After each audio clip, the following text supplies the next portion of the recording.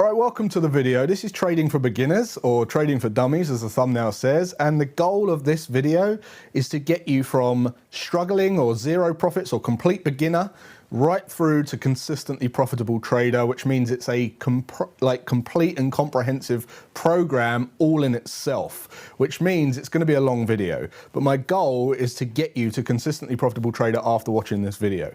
And that's a bold claim, but this is something I've been meaning to put out for years and years now, because there is so much crap out there and there's so many educators and fake gurus and scams trying to take your money and not providing any value in return. So I had enough of all of that and I thought, I'm just going to give everything away for free to the trading community once and for all. And I'm going to invite you into my trading office as I walk you through every component you're going to need directionally correct so that you get there as quickly as possible without all the fluff, without all the showmanship. And by the end of this program, you are going to be the most confident and competent trader that you could possibly dream of being. So if that sounds good to you, I encourage you to bookmark this video, put it into your favorites, subscribe to the channel if you want to. And over the sections of this video, I'm going to be covering what your expectations should be, what you need in terms of the gear, the basics, how to read price, finding your way around a chart, understanding what Forex or trading actually is, and how to navigate the markets. I'm going to teach you how to read price. I'm going to teach you how to identify patterns that happen frequently in the market. And then I'm going to teach you how to build systems out of those patterns, and then how to go and test those patterns, and then how to go and trade them live. I'm going to cover everything from brokers to gear to platforms to price to markets to everything. By the end of this video, there's not going to be anything that you're going to need other than to go and practice and become better and better. So why am I doing this? Well, some of you might know me, some of you might not know me, some of you might be subscribed to my channel. And over the years, I've built a phenomenal community in the trading community. And the reason for that is through transparency and vulnerability of sharing my own trading insights. My money isn't made from education. My money comes from investing my portfolio and making my money work for me. Since the age of 22, I've been investing my money into various investments, buying businesses, buying stocks, putting them into index funds and ETFs and REITs, and speculating and becoming a trader, and basically using my money and putting it to work in a way that allows me to grow it as quickly as possible, that provides me with an income. And in doing so, I became completely financially free by the age of 29. Now, at the age of 29, when I became financially free, no one knew who I was.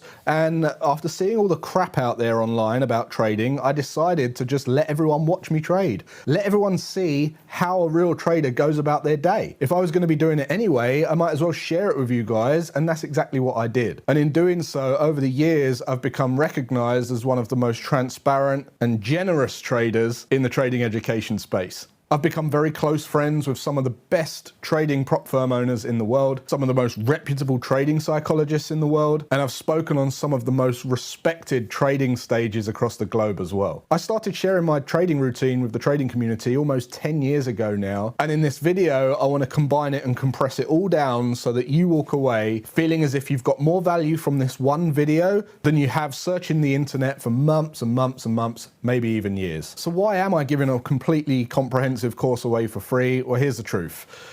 Over the years, there's been many scammers set up accounts. There's hundreds of fake accounts of me. And what they're doing is they're contacting people trying to scam their money. And I don't want people to lose their money. If you're going to become a good trader, the whole point is that you build wealth and keep money and not blow it and give it away and lose it, right? You want to build wealth. And that's my goal as well. So I don't want you to lose your money. So what could be the best move that I could make in order to eliminate those scams? Well, just share my best information so that everyone comes here and then there's no question of what's the real deal. And not only that, you'll learn so much in this lesson that you won't need to go and give your money and invest with other people, because you'll be empowered and you'll be able to do it yourself. I've got a much bigger cause to help people and empower people around their finances and become financially free. I believe that when we're free and able to focus on our most meaningful work, we become better human beings. So my goal is to get that message out to as many people as possible. And I hope after you've watched this video, you're going to get so much value from it, you're going to feel compelled to share this with everyone you know and help me achieve my goals. Sound fair? All right, well, if that sounds good, we're going to get stuck straight in. What I would say is make sure you bookmark the video again, Second of all, get a method of taking notes, okay? Commit to this program. This is something you're gonna wanna take seriously. Don't treat it as another YouTube video. This is gonna be your textbook for learning how to trade. This is gonna be your curriculum. This is gonna be your qualification. So make sure you set up some time aside in your diary to keep coming back and revisiting this thing consistently until you get it all complete. Okay, are you ready? Let's get stuck in. All right, so hopefully you've got a method of taking notes now. We're going to get stuck in. But before we get stuck into all of the technical stuff, which I'm going to do in a way that doesn't overwhelm you or confuse you, I want to give you some expectations, because when you've been clicking on this video, before you clicked on this video, one of the questions or two of the questions in your head was, how much do I need to trade? How long is it going to take me to learn to trade? And some other expectations that are unclear, such as, what does it involve? What do I need? Am I the right fit for it? So I want to cover some of that stuff off. And this is really important because I want to show you a way to understand how long it's going to take you, how to know how much money you're going to need, okay? And that's really going to be motivating for you, because when you see the truth about this stuff, you can actually forget about it and put it to the side, and it will give you the motivation to focus on the actual learning. If you're trying to do it in a way where you're really pressurized to make money right now, or you're really pressurized to make it work, it's going to have an effect on your mental state. In fact, there was a survey done in southern India where they tested 56 cities in southern India, and they tested the farmers' IQs. And when there was a drought and there was no trade and no market, and it was all low economy, the economy wasn't very great, their IQ dropped by 30 points. And when it raised and it was booming and trade was great, their IQ raised by 30 points, which means this: when you're in a level of poverty, okay, meaning that you can't quite afford your own personal comforts, your IQ drops. Now, the thing with trading, you're going to need to be switched on as you're learning. You're going to need to be full focus as you're learning to trade. If you've got something eating away at your animal brain, telling you, oh, we can't afford to pay the bills this month, then that's not going to be the best position for you to learn to trade. But by knowing these numbers is going to either give you the chance to go, wow, I can definitely do this, or you're going to go, well, maybe I'll come back to this later. So it's really important you understand this stuff. So the first really important thing you want to know is, how much money do I need to get to where I need to be in my trading? Like, what's going to make it worth it? And the first answer to that is, trading is one of the most powerful ways to accelerate your wealth if you can be consistently profitable, because the returns that you get on trading, as it's high speculation, the returns are greater.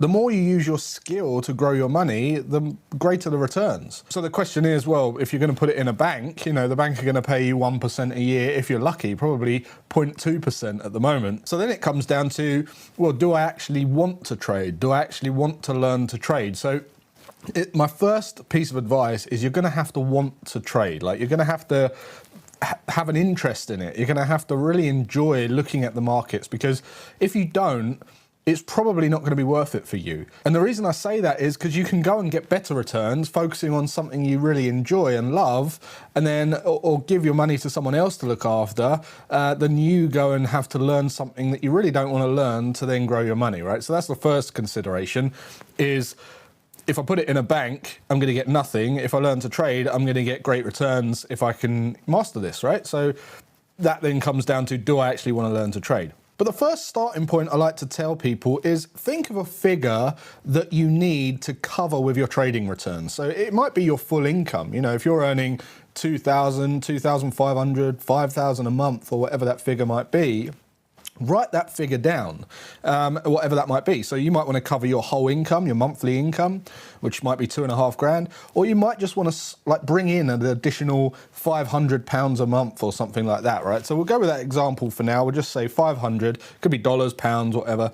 And what you're going to do, just to kind of get some idea of what sort of returns you will get, or how you can start to approximate that figure, is we can play around with some figures. So all we need to do is take that figure, whatever that figure is, and next to that, I'm going to write 2%, 4%, 6%, okay?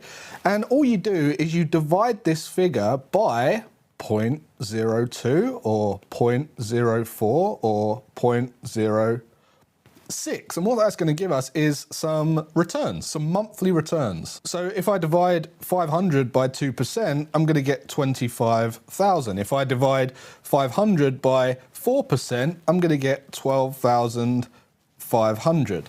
If I divide it by 6%, I'm going to get 8,333. And what does that mean? What does this figure mean? Well, this is the amount that you would need in your account if you were trading it and getting 2% returns per month based on 500, and you was trading, 25 grand a month and you was getting 2% per month, that would generate 500 pounds or dollars.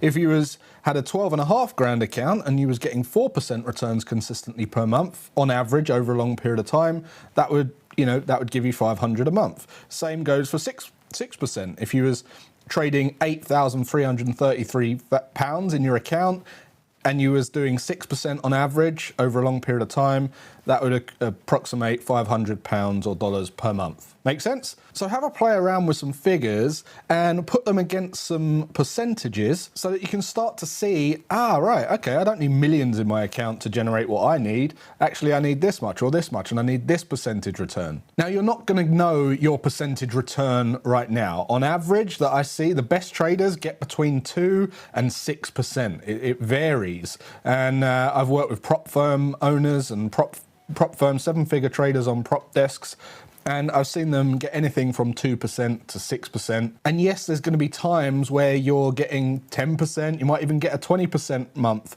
But the point is this: you need to focus on returns over a long period of time. And I'll talk about that later on in the program. Now, the other thing to pay attention to here is there's going to be other influences like inflation, like your lifestyle costs, your performance, all this kind of stuff getting better as a trader. So it's a good place to start, but you're also going to want to factor in, you're going to want to leave some money in the trading account so that you can grow it and have that compounding interest in the account as well, right? So there's a few other factors that will play into this, but this is a great place to start if you're a beginner, to visualize how much you'll need to generate a certain return. And really, the purpose of this exercise is linking the relationship between the two. Now, this brings me on to the next point, which is time. How long will it take me to learn to trade? Now, I can tell you this. Usually it takes between 12 and 18 months to become consistently profitable as a trader. That's what I've seen working with thousands of traders over many, many years. And I've seen that be the common kind of sweet spot. Does that mean it's going to take you that long to learn how to trade? No. It can take 6 months to really learn this and master it in your mind. It can take a little bit less, or it might take a little bit longer, but 6 months to learn. And then why does it take 18 months to become consistently profitable? Well, here's why. Imagine this line here is 18 months, okay? And about here is 12 months, and this is 0 months, right? In this period here, 0 to 6, you might learn. Okay, in this period here, you're going to want to go out and do some demo trading and what we call paper trading. So once you've learned, you're going to want to go and open a demo account, which I'm going to show you how to do, and you're going to want to be doing some testing, okay, or some demo trading. And then the reason this period is here is because this totals 12 months. Now, why do we give a 12-month period there? Well, the thing is this. When we're looking at the profits that we want to return, we want to know certain in our mind that we're capable of generating those returns, right? So it's best to take an average 12-month period of your trading performance before you commit to going, well, I'm going to give up my weekend job, or I'm going to, give up my job entirely. You're going to want to give it a 12-month period of trading how you've learned how to trade to prove to yourself that you can actually demonstrate those returns over a 12-month period. And the reason a 12-month period is good is because you can see all the different seasons, all the different holidays, the different news events, the different inconsistencies within the trading year, and then you can take the average performance over a 12-month period and say, right, I can confidently generate £500 per month based on this return, and this is my performance. And you have supreme confidence to go into the following year with a live account.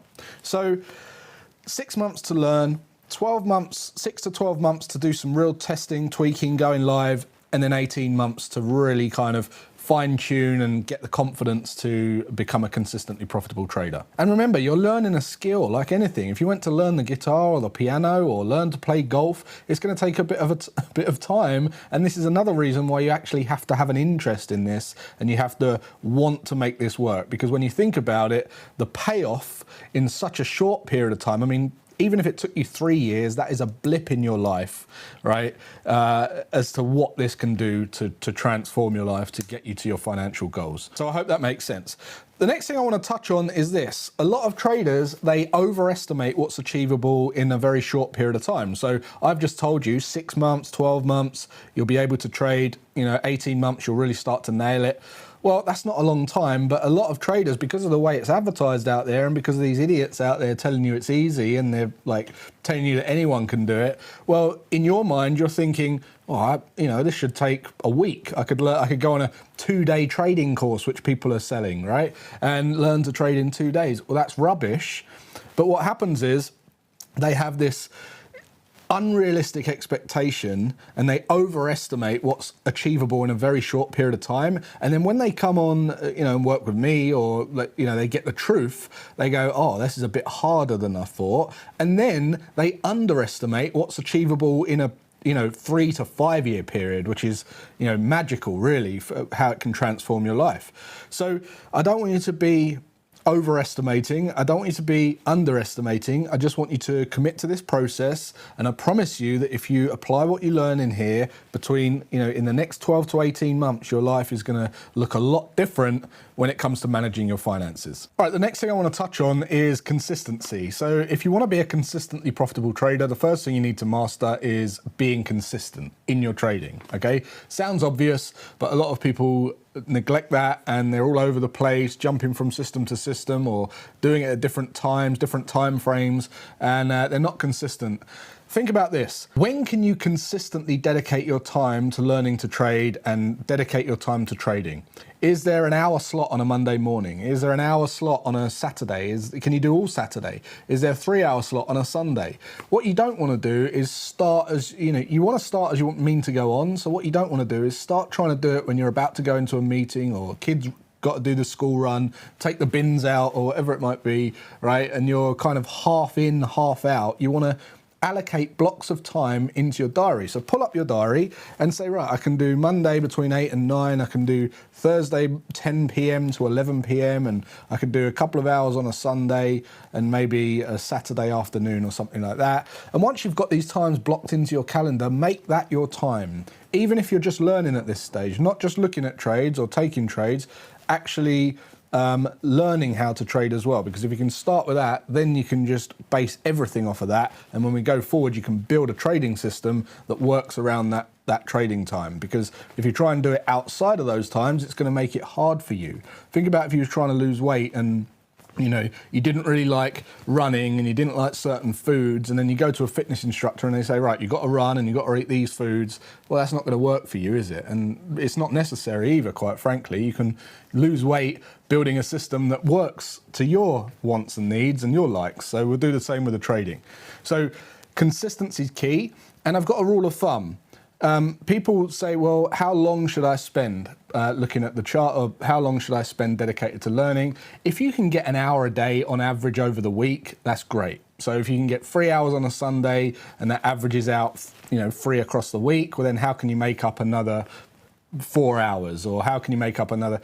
The more you do, the better, obviously, but an hour a week, an hour a day, what I find, it builds momentum and you get motivated because you make progress quicker, you're treating it more seriously, you're putting some time and effort into it, so you're committed to it. So you're just treating it more as a professional. And if you can get an hour a day on average across the week, which is 7 hours per week, great. If you can do less, don't worry, but make sure it's consistent. If you can do more, great. Okay, so that just leads us on, just before we get stuck into learning all of the great technical stuff, I just want to say one more thing, and that's really around accountability.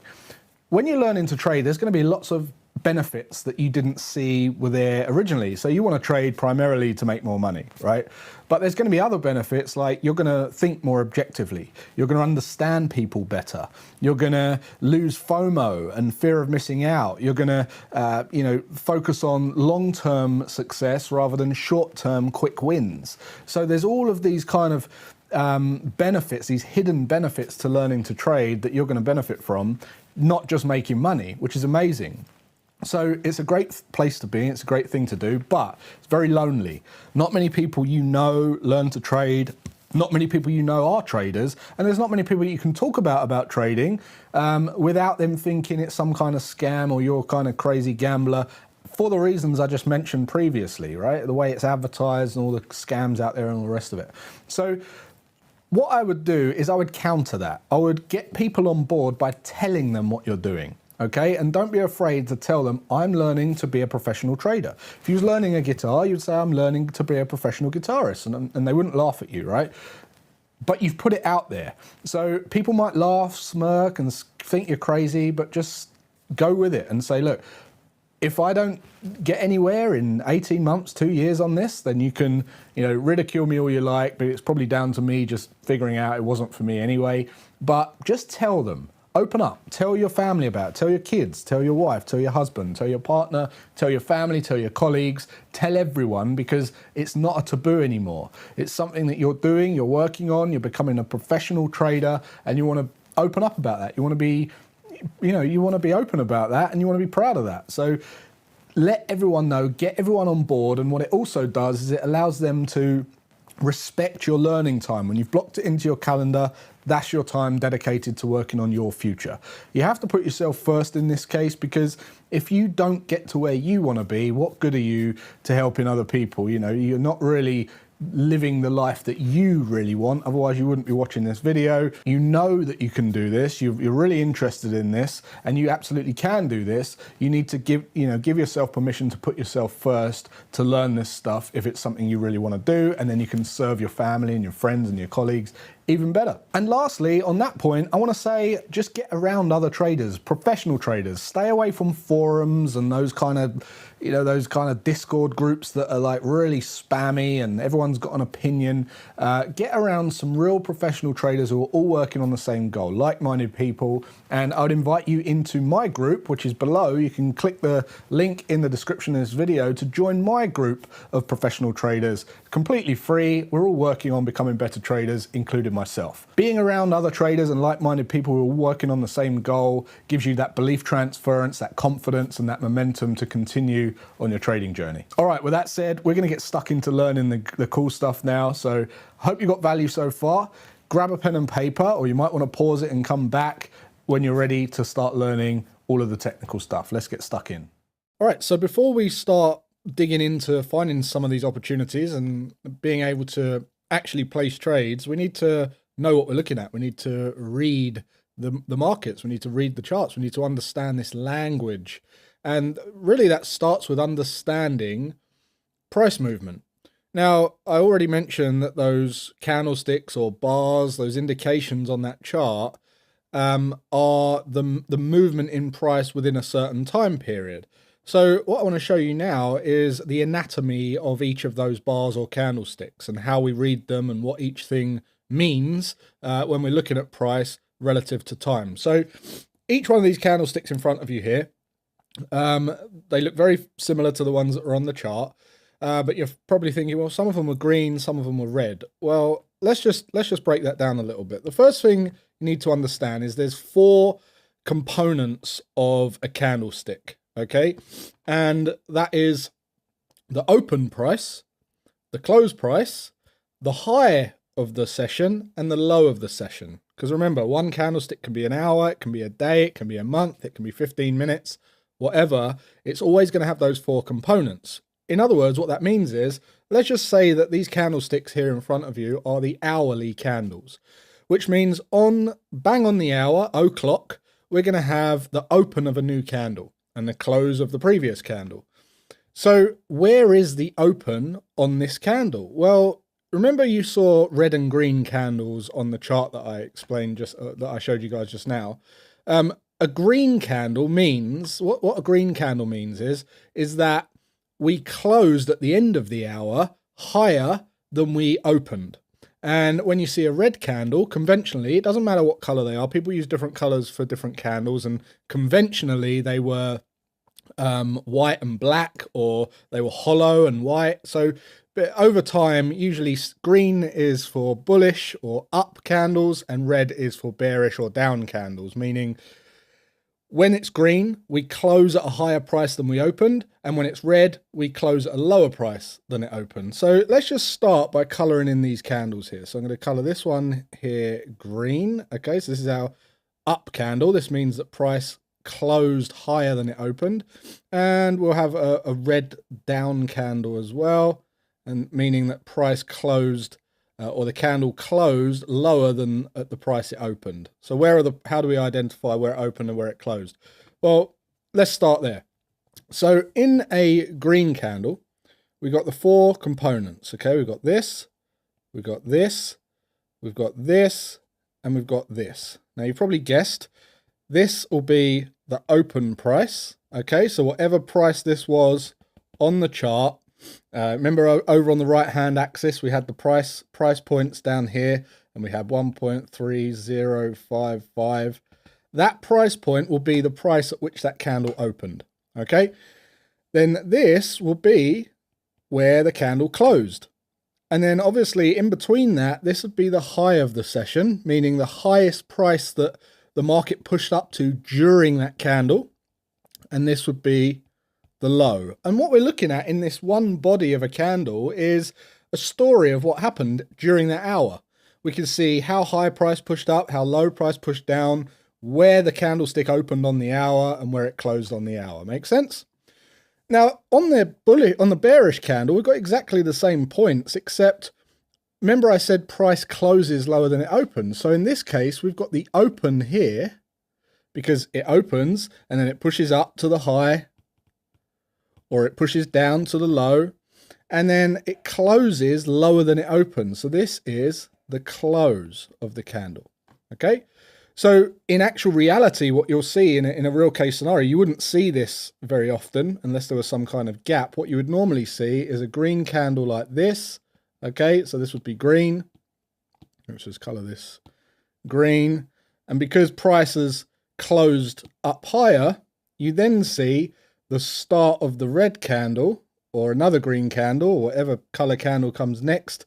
Let's just say this is a green candle, for instance, right? And then you might see, obviously we've closed here and opened here. So close, open, and then close, open. Then you might see a red candle, and this would be red. And that means that we opened and then we pushed down a little bit and closed down here. Make sense? Hope that makes sense so far.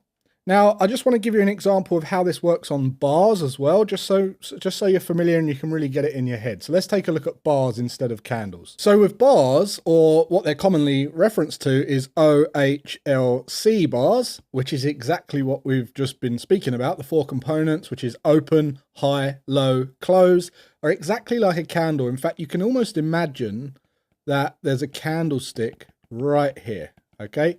Imagine a candlestick right here, right? So imagine these are a candlestick like this.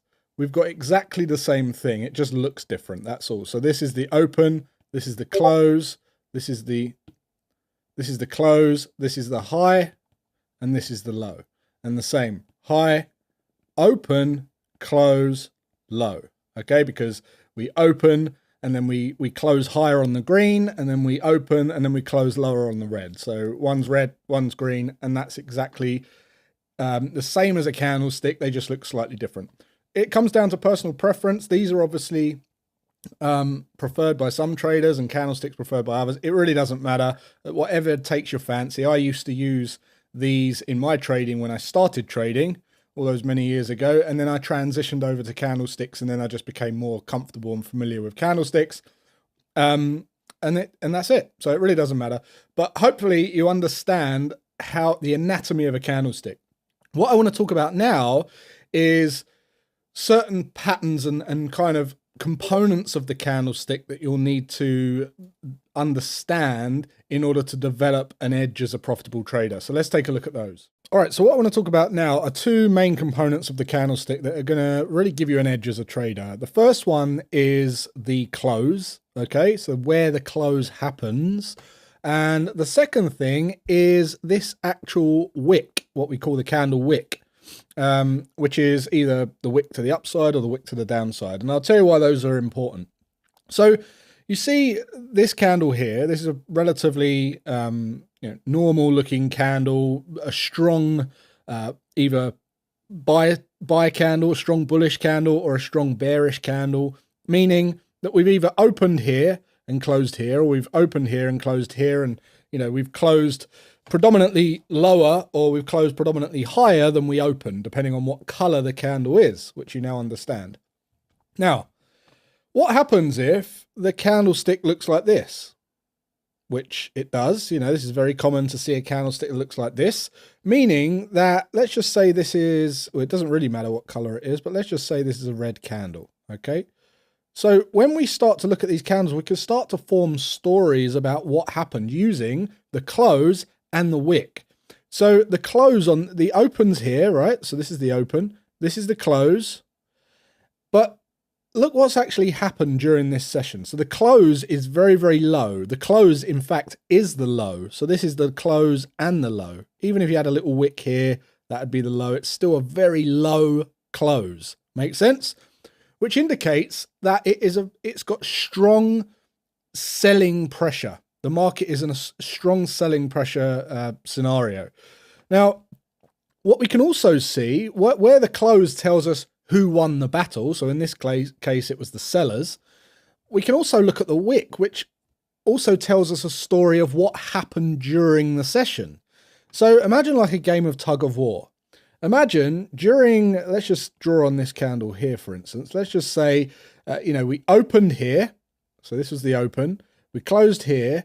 But during the session, the candle actually pushed up, then down, then up, then down, then up, then down. Okay, and then we closed here.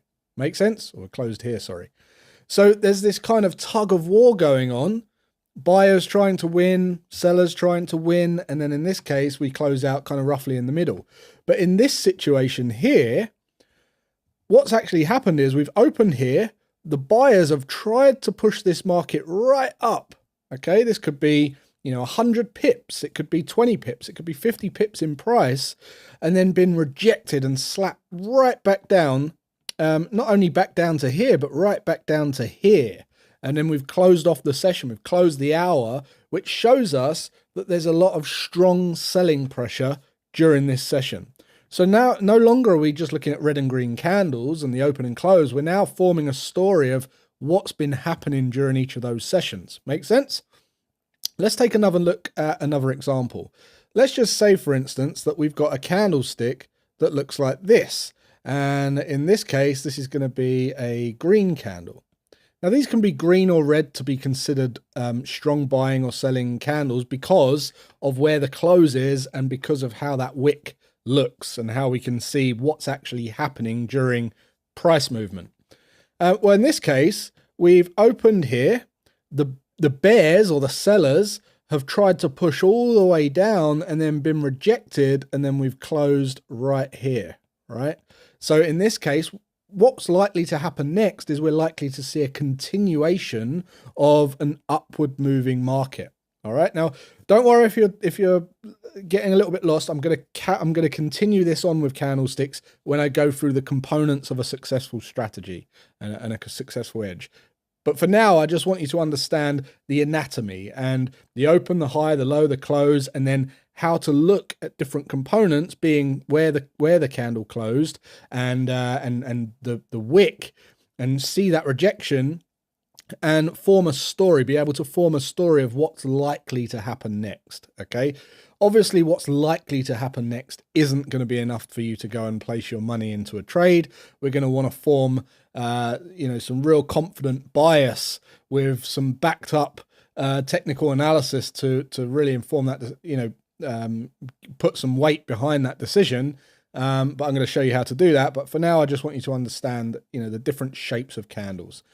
You can also see a candle that looks like this. Okay, so where the low is the open and the high is the close, and there's no wicks, which means if it's a green candle, that is a strong buying candle and the market is in strong momentum to the upside.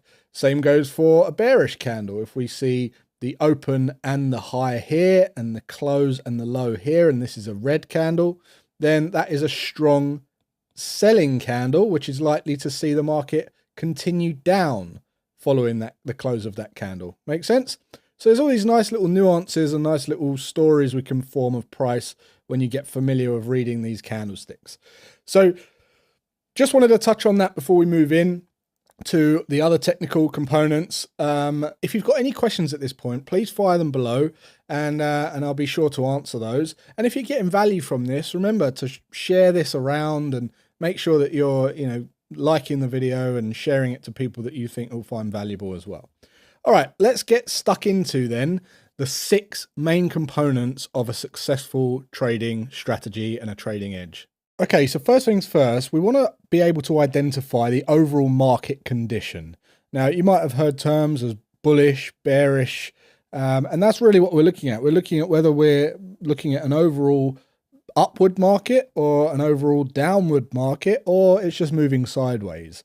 And there's 4 different conditions that I want you to be aware of. Okay, so the first one is bullish, and bullish is an upward market where the market is moving up from bottom left to top right. And that's what we call an upward trending market or a bullish market. The other one is obviously the opposite, where we're looking at a bearish market, where we're going from top left to bottom right and we're descending down, and that is a downward moving market, a bearish market. Okay, then we've got a ranging market, which kind of moves sideways like this. Okay, and that's where the market's not either bullish or bearish, and it's just moving sideways. And then we've got like a choppy, indecisive market that's very erratic, and it moves and breaks structure, and it doesn't look very nice, and it's very choppy. And when it's indecisive like that, I recommend that you stay away from the market, because when we're in those types of environments, then we don't really have an edge. Okay, so we're looking at a bullish market, a bearish market, or a ranging market. And if it's choppy and indecisive and we're not sure, then we stay out. Those are really the 4 main conditions I want you to be aware of. Now, obviously I've just drawn these out and it all looks lovely. When you actually go into the markets, let's take a look at the charts right now. When you actually go out to the charts, it looks, it can look a little bit more ugly, but ultimately what we're looking for is the market condition. We're identifying whether it's a bullish market, a bearish market, a ranging market, or a choppy, indecisive market. And you can see this is the dollar yen, okay? And this is a chart of the dollar yen. And you can see that in this instance, if I just bring on my drawing tools here, you can see that we are actually going from bottom left to top right. And this is what we would call a bullish market, an upward trending market. Let's take another look. Now let's take a look at another example in the other direction. Okay, so in this instance, we've got the pound dollar, and in this case, we are trending downwards. We've got top left to bottom right, and the condition is bearish in this market. Okay, so this is an example of when the market was ranging. So if we bring on our tool here and go at the top and the bottom, you can see we've got these nice ranges where price action is bouncing off of the highs and the lows.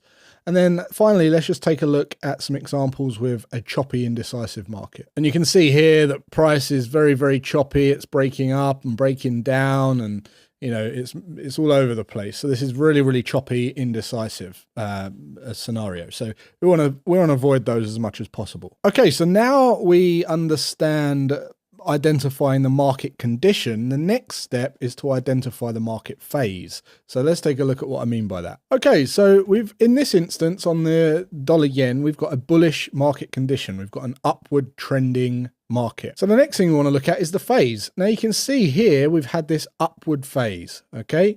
And that's what we call phase 1, or the run, okay, the extension. And then we've had this phase here, which is the pullback, right?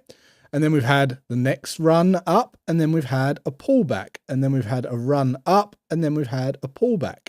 And each of these phases provides different opportunities depending on what we're looking for as a trader, whether we're looking to jump on the trend or we're looking to short the reversal or the, you know, the counter move, if you like, to the trend.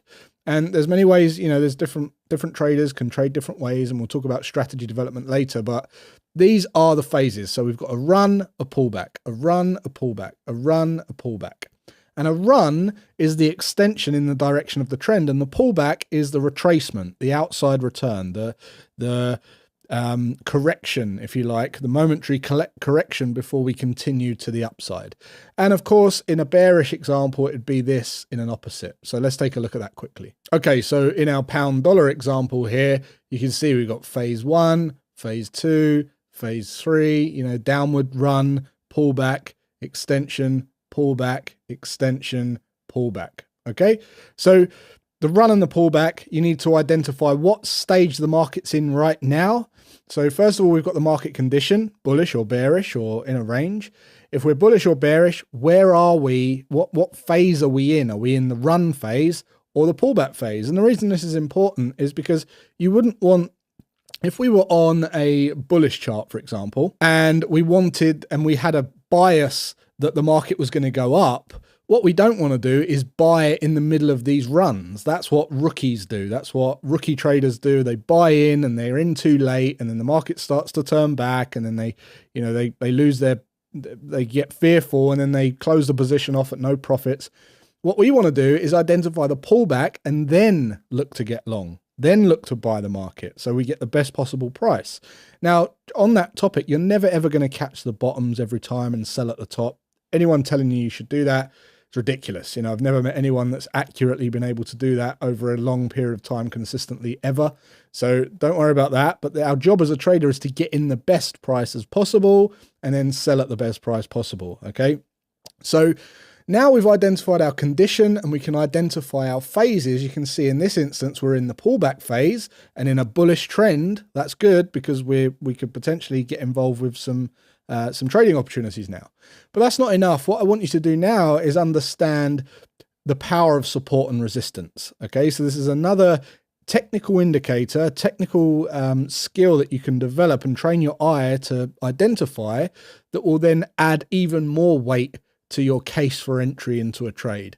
So let's just take a look at what I mean by that. If I just bring on my squiggle tool here, you can see that where we've pulled down to here, okay, in this pullback, you can see if I draw a straight line across, if I can draw a straight line, you can see that previous resistance is whenever we hit something like a ceiling, we refer to it as resistance. And whenever we hit something as a floor, we call it support. So on the way up, a downward move would be support, and an upward ceiling would be resistance. So whenever we're rejected from the high, that's resistance. Whenever we're bouncing off the lows, that's support. Okay, hence the names. But what we find is when the market is really harmonically moving in trend this way, normally the resistance level, which is previous here, which is the previous high of the previous run, normally becomes a decent support level. And I can just draw this on again here. If I just do this most recent one here, if I can draw a straight line, there you can see it again. The previous resistance becomes support. So that's pretty cool, right? Because now we can start getting excited about piecing this together and forming a real high probability move. Because what is a trading strategy? A trading strategy is just a series of patterns that happen frequently in the market that we build rules around that gives us a high probability of being right. And then when you trade that consistently, like a board game set of instructions, that is what you're going, you're going to come out with a profit. Okay, so that's all trading really is. So what we want to do is not just have, maybe it will do this, maybe it won't. I think it will. It's likely to do that. What we want is a solid edge. We want something where we have high confidence in the fact that it's likely, very, very likely to do what we think it's going to do, because we never know what it's going to do definitely. All right. Any traders out there tell you they know what the market's going to do, run a mile. All right. So far we've got the condition, the market phase, we've got support and resistance, and we're using that to our advantage as well. So we're saying, okay, well, if we're in a pullback, let's start again on this example. identify the market condition. We're bullish. What are we looking for? Bullish opportunities, buying opportunities. Okay, what phase are we in? Are we in a run or a pullback? When we get somewhere down here, there could be an area that all of the traders are looking at, or the majority of traders are looking at, that will provide a high probability area for me to get in and buy this position. Well, what's the first kind of filter that we can use? Support and resistance. Where's previous resistance? Well, price is pushing right down into that support level right now. What do we know historically? Well, resistance becomes support. There's a clue. Okay, look left, structure leaves clues. You might have heard the saying. There's our first clue. But we don't want to stop there. What we want to look at now is how price behaves once it gets down into that zone. So let's take a look at that right now. All right, before I go into that, I just forgot to mention something on the support and resistance. So obviously I mentioned support and resistance, horizontally, but there's also angular support and resistance that we could look at as well. So just to give you, remember, we're trying to think like as many other traders as possible to pinpoint an area that there's a high probability of a reaction, of something likely to happen, so that we can then place orders, right? What we're looking at here is, if I just bring on my tools here, you can see this is a downward trend, this section of the market, and we've got our phase one, our run, our pullback, our run, okay, and then we've got our pullback. On the pullback, we've also got previous structure support become resistance, okay, and we've also got, if we just look, if we draw a line here, sometimes what you can see is at each of the pullbacks, if you draw a line from the close of the candle all the way through the closes of the candles to the most recent one, you'll find that there is something called angular support, or in this case resistance, where we're hitting an angular ceiling. And when the markets are really in trend, they tend to respect these. Now, again, it's not an exact science and it's not a pinpointed price, but when we can align all of this together, we start getting a real high probability setup in our hands.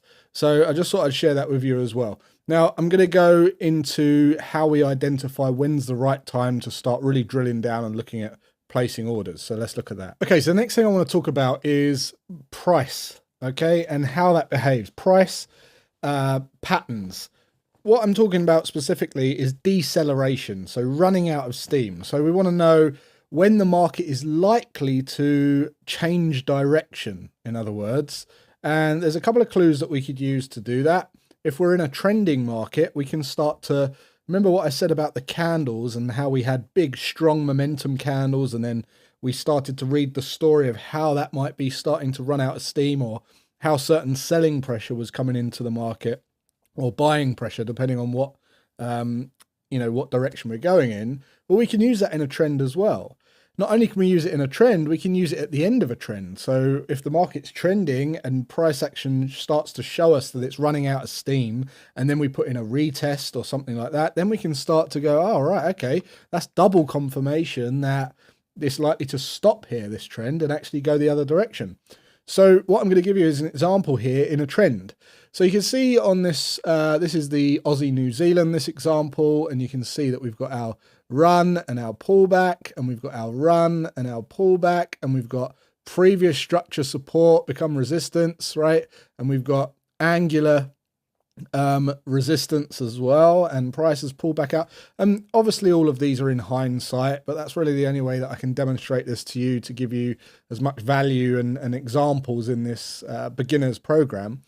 What we could look for now is in this pullback phase, we can see that how we can really drill down and look at price here. So let's just start by bringing, let's zoom in a little bit here. Whoops, let me just, okay. What actually happened here is we had this strong bullish candle, and then we had another bullish candle, then another bullish candle, another bullish candle. But as you can see, they're getting ever so slightly smaller until we get this candle, right? Now this candle here, what did I say to you guys before? I said, this is completely different to this. This shows us that although it's green and we open lower than we closed, it's still a bearish candle. There's still selling pressure, because remember the tug of war story, the price pushed up and then pushed all the way back down and closed okay, which is completely different to the previous story, following this strong momentum, and then we run out of steam, and then we see this selling pressure kick in. So remember,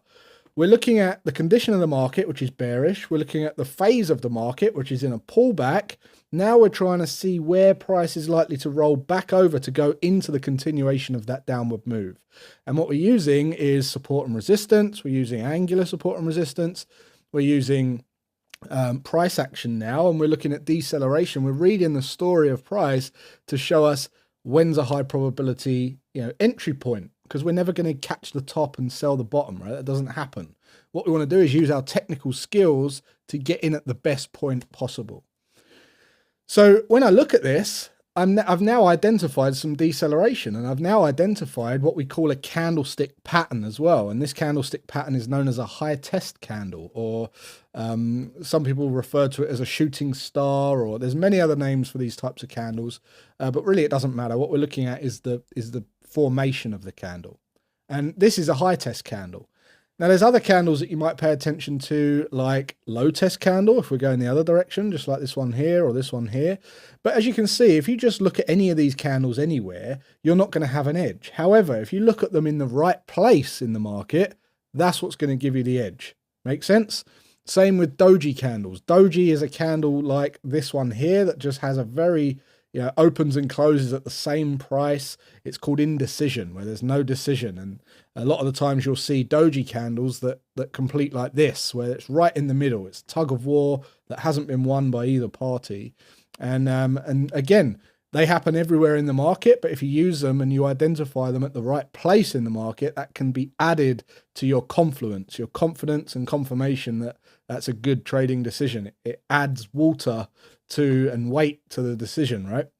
So one of the candlestick patterns, which is we've looked at market condition, market phases, we've looked at support and resistance, we've looked at price action patterns, right? The other thing that we can look at is candlestick patterns, okay?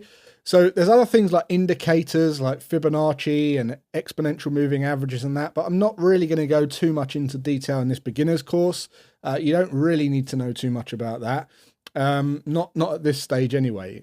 Basically, it's just another way of adding another filter so that you get added confirmation. So just to give you an example of one of the popular indicators that people use when we're looking for where the retracement's going to end is Fibonacci. It's called a Fibonacci retracement tool, and you essentially drag it on from the most recent pullback to the most recent low.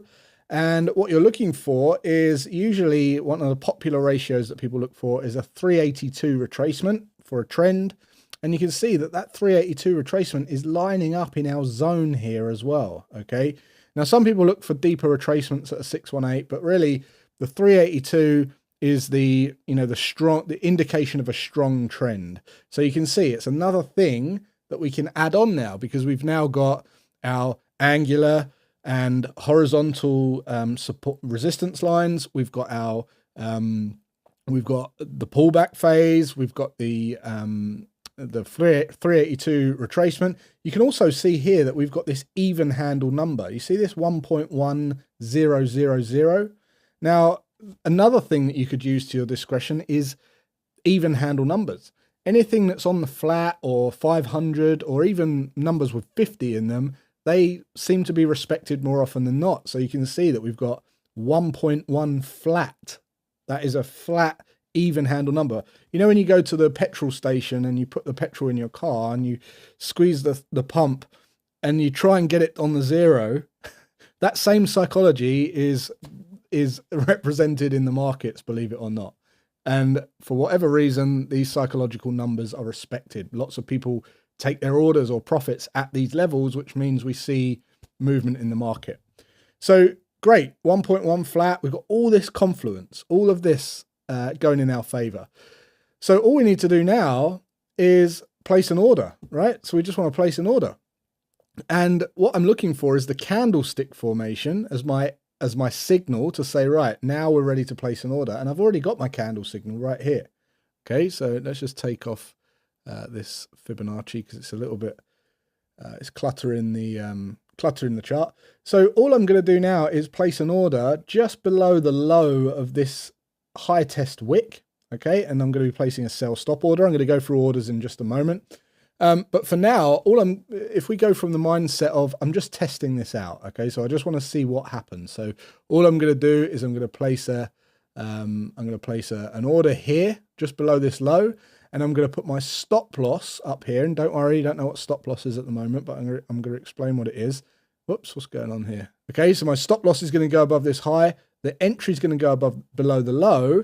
And then what I'm basically saying is to my broker, I'm saying if price action pushes below this line, I want to get in at this price and I want to get out at a predetermined price, maybe down at the lows. Okay, so I'm going to say, right, in this instance, I'm going to test getting out down here at the lows, right? At the lows. Great. Let's see what happens. So we just let the market play out. We get triggered into the trade and there's a high probability move. And look, not only did we get our high test candle wick here, we got a lower low, lower close than the previous low. This is called a 3-bar reversal. Okay. And we also got another rejection here. So added confirmation. Even if you didn't get in here and waited for this candle, you got even more confirmation because you could see not only did we get another rejection, we also closed even lower than the previous low. So then you could have placed your order here and got in. Make sense? So I hope you understand how we use that kind of multi-factor approach to looking at different components on price to really drill down and see where the high probability setups are. And forming a story of price allows us to predict what's likely to happen next. Then all we've got to do is go and test this historically. So a case of literally just going back in time, and every time you get this set up, practicing the moves, and going through it 1 bar at a time in real time, as if like, right, what we're in, the run or the pullback, run or the pullback. Okay, great. What am I looking for now? Support, resistance, etc., etc. And you want to have a go at doing that, and you might want to pause the video to go and practice some of that. And what I'm going to go through now is what you're going to want to know in order to actually place an order. But before we do that, we have to understand the importance of testing this and how to test it. So let's do that first. All right, so from here, before we get stuck into the business side of things, which is going to be really important in terms of testing, profitability, making sure that you've got a solid system, and then looking at strategies and things like that, we first of all have to address something that's kind of the elephant in the room here, and that is orders, placing orders and what they mean.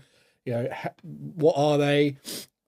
So first of all, I'm going to talk about the different types of orders, and then I'm going to talk about how you calculate your position size, and then how you know exactly what order to place and where and when and why and how much risk you've got at stake and all that kind of good stuff. So, okay, so what I want to start by giving you first is the terminology and the references used to describe different order types. Okay, and I'm going to write them out first of all. So write these down.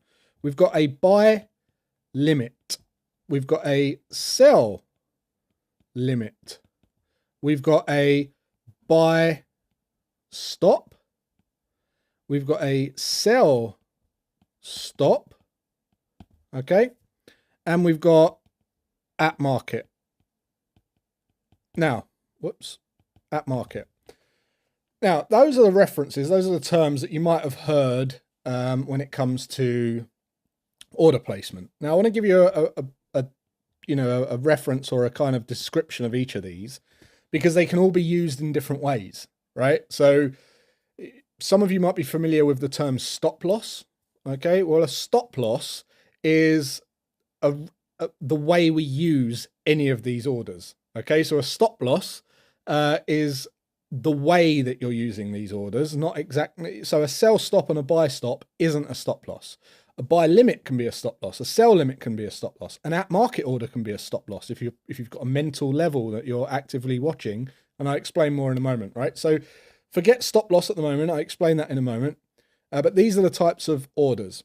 A buy limit is a limit order where you're telling your broker, each of these orders are instructions to your broker, by the way. So first things first, a lot of people think that when they place an order on the chart, that is the exact level that they should be filled in, but it's not. It's actually an instruction to your broker to then fill your position at the nearest possible price. Okay, and I want you to understand that, because I don't want you to be one of these people that blame brokers and things like that for not honoring your order and all this, right? It happens.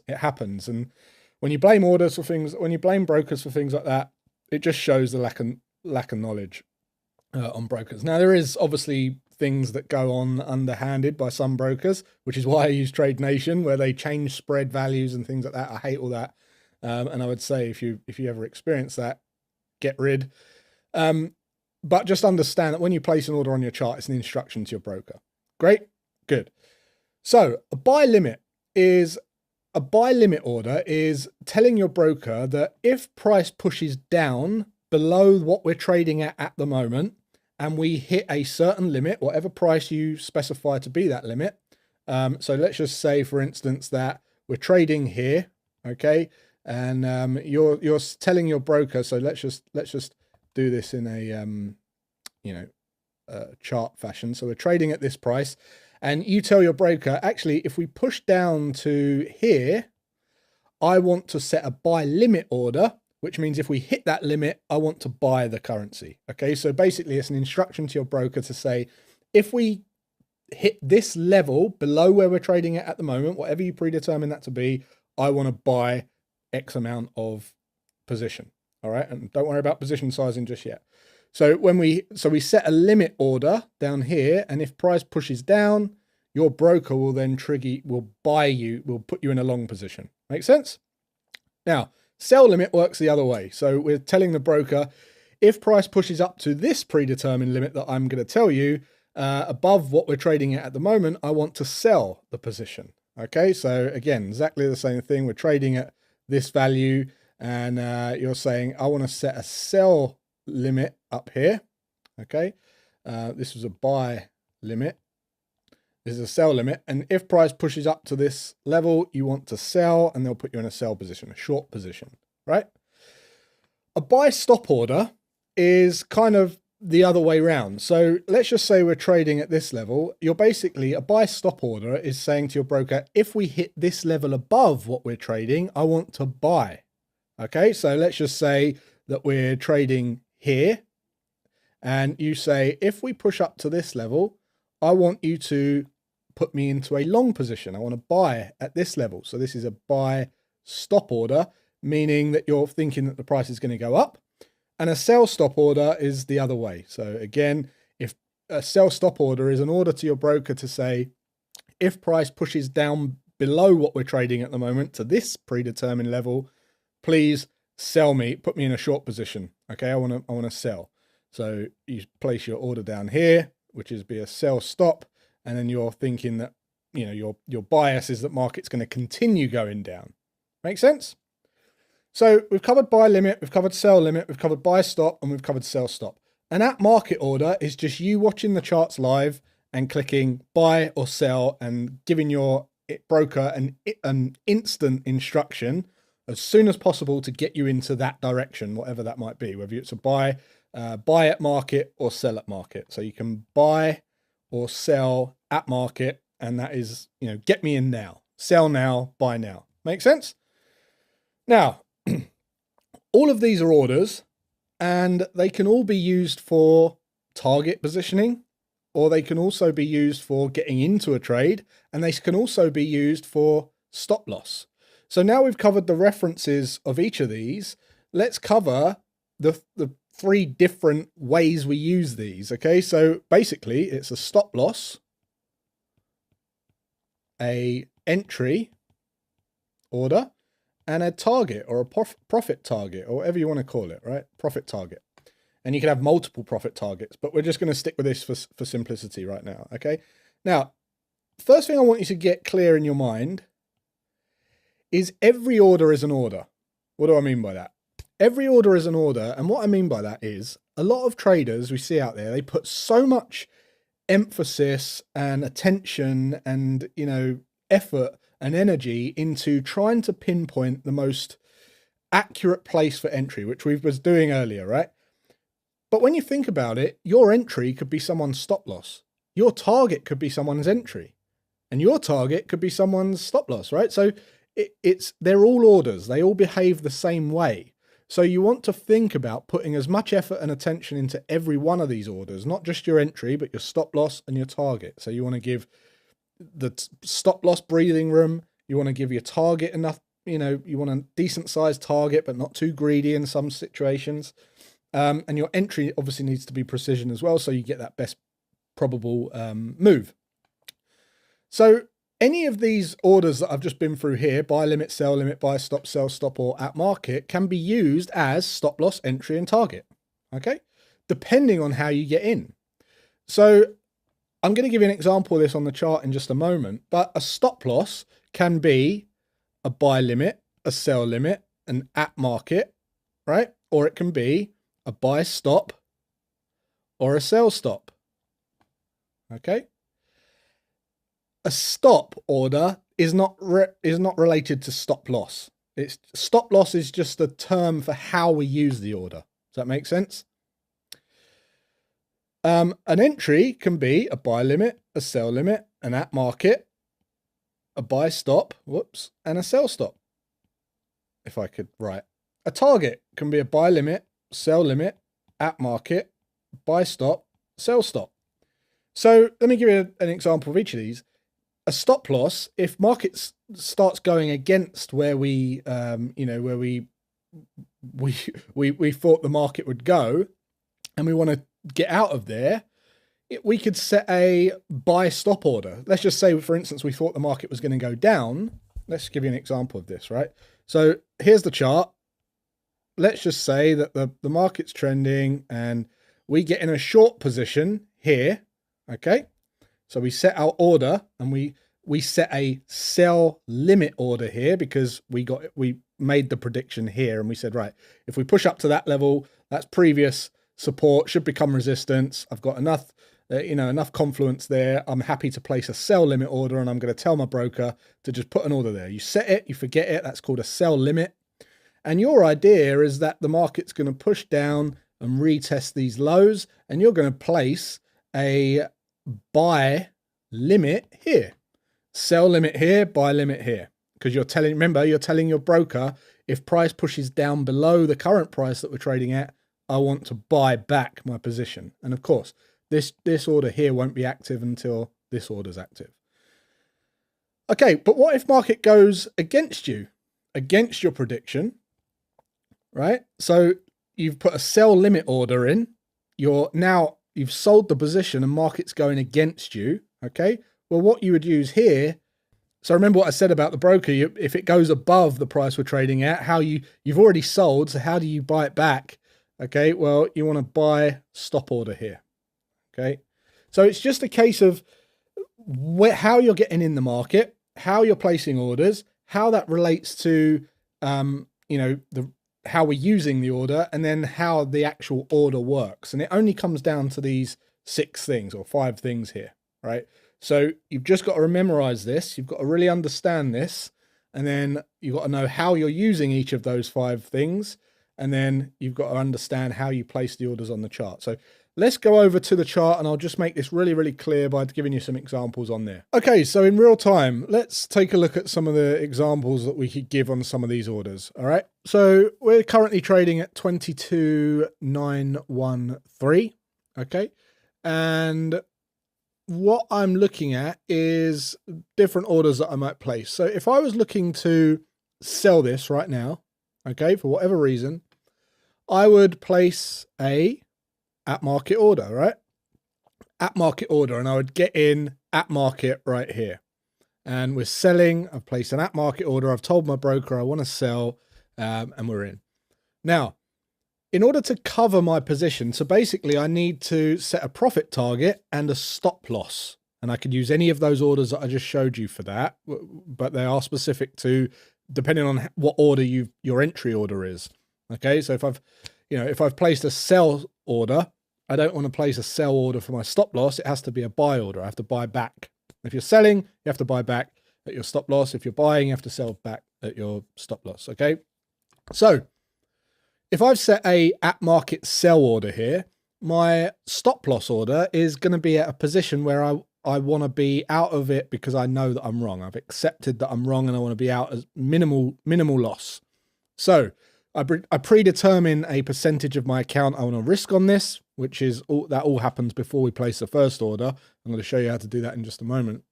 But the stop loss, let's just say we're going to place the stop loss above this structure level. Okay, so the stop loss is going to go here. And the stop loss for this particular order is I want to place it now. So I'm going to get in the trade at market. I'm short. Now I just want to cover my position and I want to place a buy stop order here. Okay, so a buy stop order, and that's going to be used as my stop loss.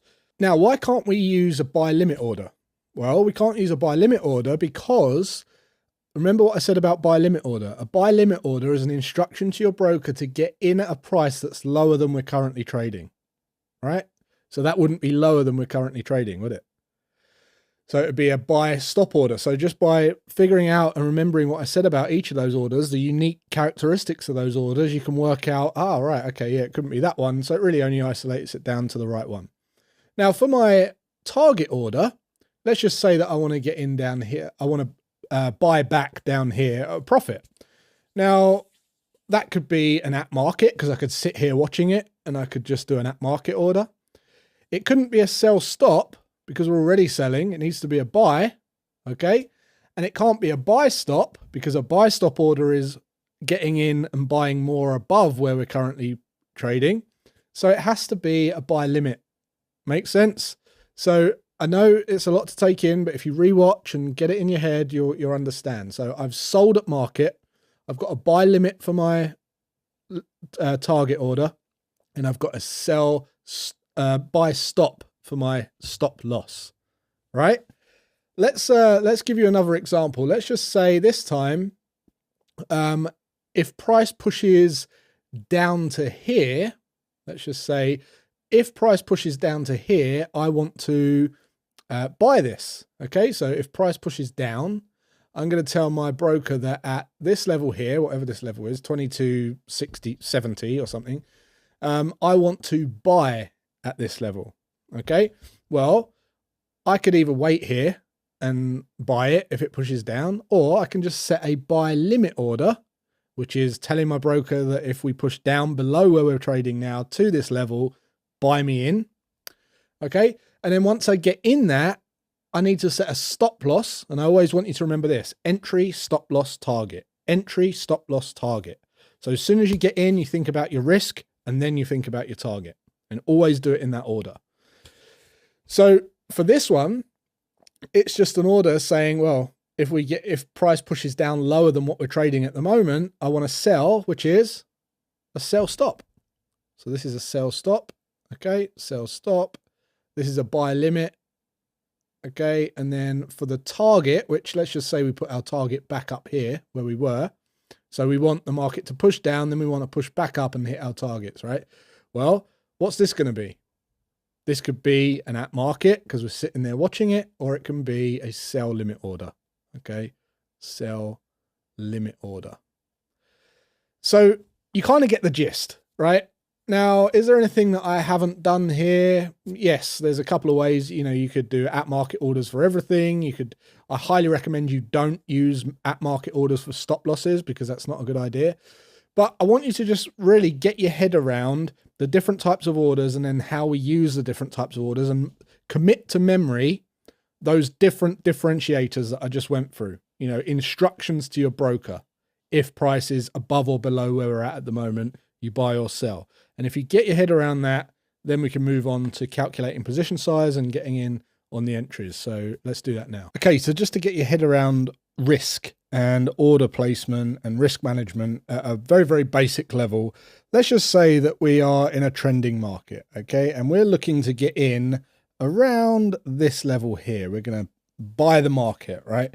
And I'm not so interested in the profit target for this example. I just want to get you to understand risk and position sizing at a basic fundamental level. So let's just say that the price we want to get in at is 0.550. Okay.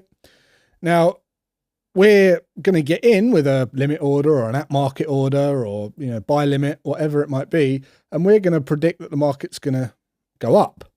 Now, to cover our position, we also need to put in a stop loss where we want to get out and accept that we're wrong with minimal risk, okay, minimal loss, sorry.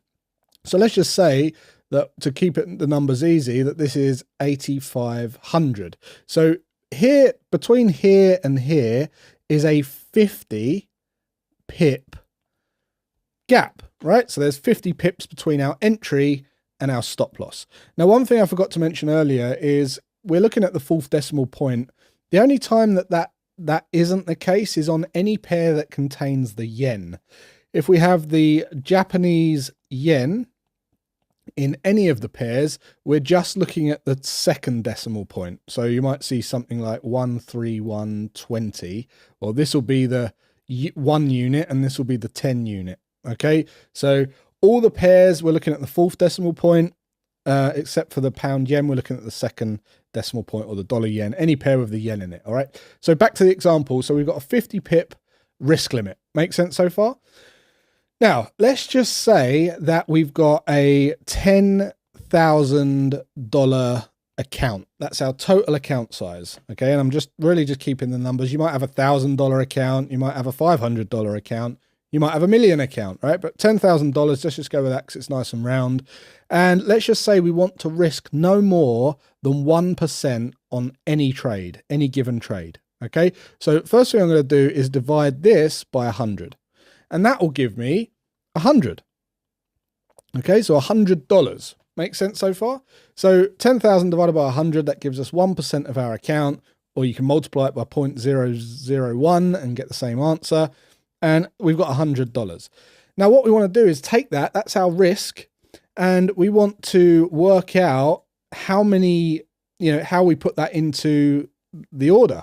So we've got a 50 pip risk in space, okay, in price, and we've got $100 allocated to that 50 pip risk of our account size, right? So all we need to do is take the 100 that we've got to allocate to risk and divide it by 50.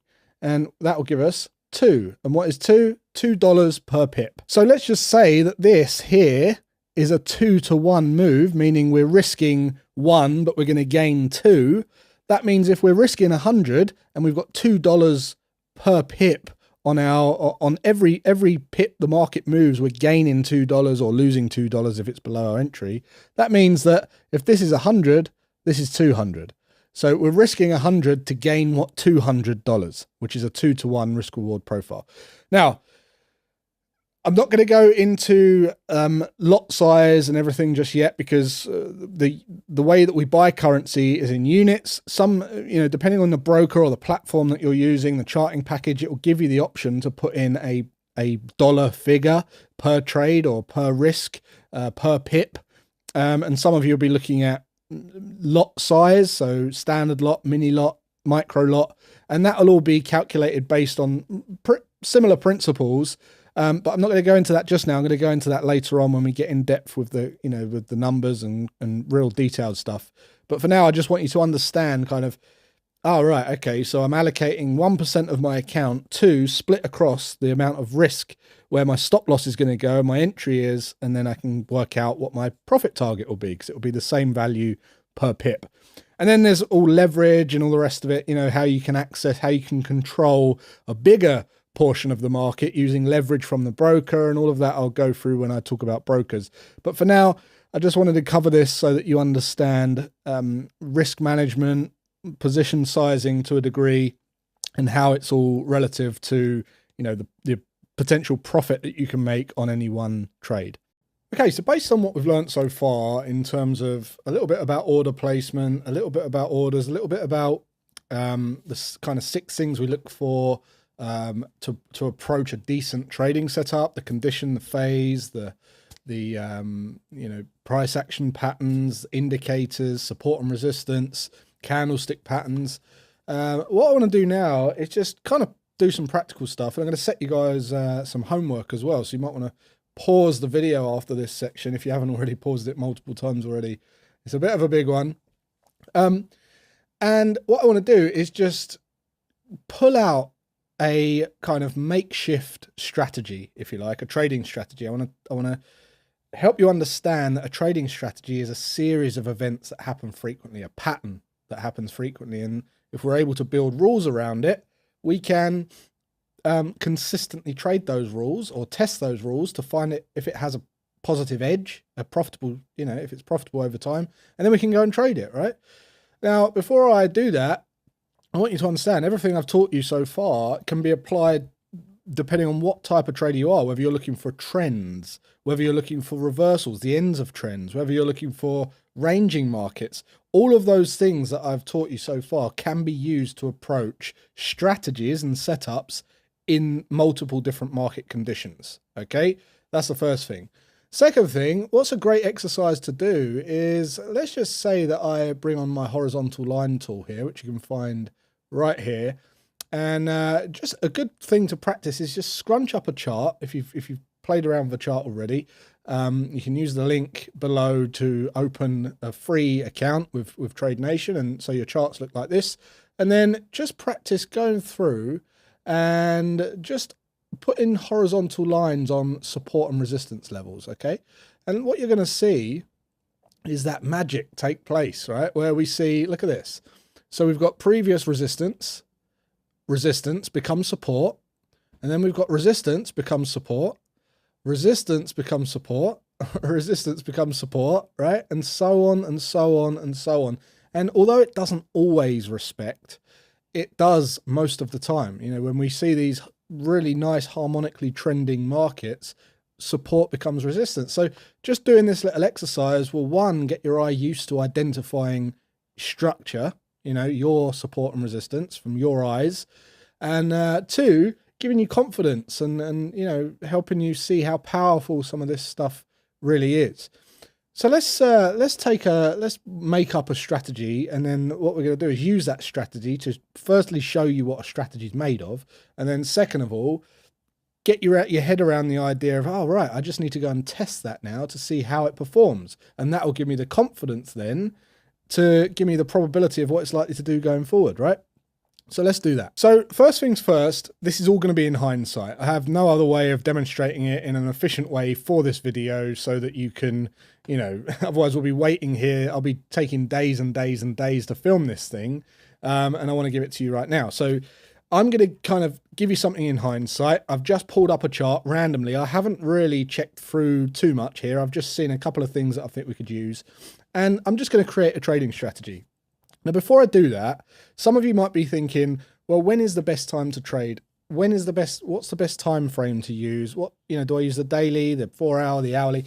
And I would say this, if you can remember what I said about consistency, you have to be consistent. So when can you consistently be in front of the charts every day to do the routine, whatever that might be, okay?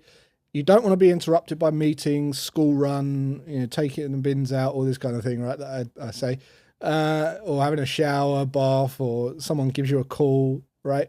So if you can only see, if you can consistently check the charts at the same time every day, once a day, you want to be trading on the daily time frame, okay? So each of these candles is 1 day. If you can do it 2 times, maybe 3 times a day, well, then you can consider the 4 hour. But remember, those times have to be consistent. There's no point chopping and changing and missing stuff and then trying to catch up, and that's not going to work for you because traders have a tiny edge, small edge. All right. So if you miss a trade, that can potentially cost you a couple of weeks of profit, or keeping you at break even. So you want to be consistent. And if you can check the charts more than 4 times a day, 3 times a day, then maybe consider the hourly. But look, this is a beginner course. And if you've watched this long, we're probably 2 hours in now, you're probably going to want to be a beginner, which means you want as less time at the charts as possible because you won't be able to handle as much going on. So I would say start with the daily time frame. All right. And for this example, I'm going to show you on the daily time frame. So what I want you to do is, first of all, I'm going to give you a strategy, and then I'm going to say, right, what I want you to do is go and test this strategy and go and test it using all the different filters that we gave you before when I said, look at angular support resistance, look at horizontal support resistance, look at even handle numbers, look at indicators, look at price action patterns, look at price candlestick formations. Okay. And I'll give you a couple more candlestick formations to look at. So let's make a start, right? First things first, I'm going to look at this is a bearish trend. Okay, we're going to say, right, we've identified the market condition is bearish. Top left to bottom right, we're putting in lower lows, lower lows, lower lows, lower lows. Okay, and we're in a bearish trend for this part.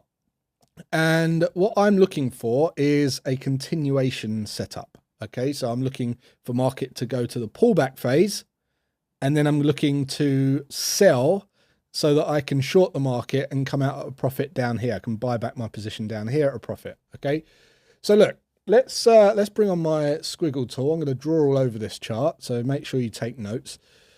Now, let's just say that this was our last run, and then this was our last pullback. Okay, now what I'm looking for is when we get the pullback, I'm looking for the first lower low, lower close candle. So we're just going to assume for this one that we've pulled back into previous structure support, and it becomes resistance, and we're in that zone just like we did before.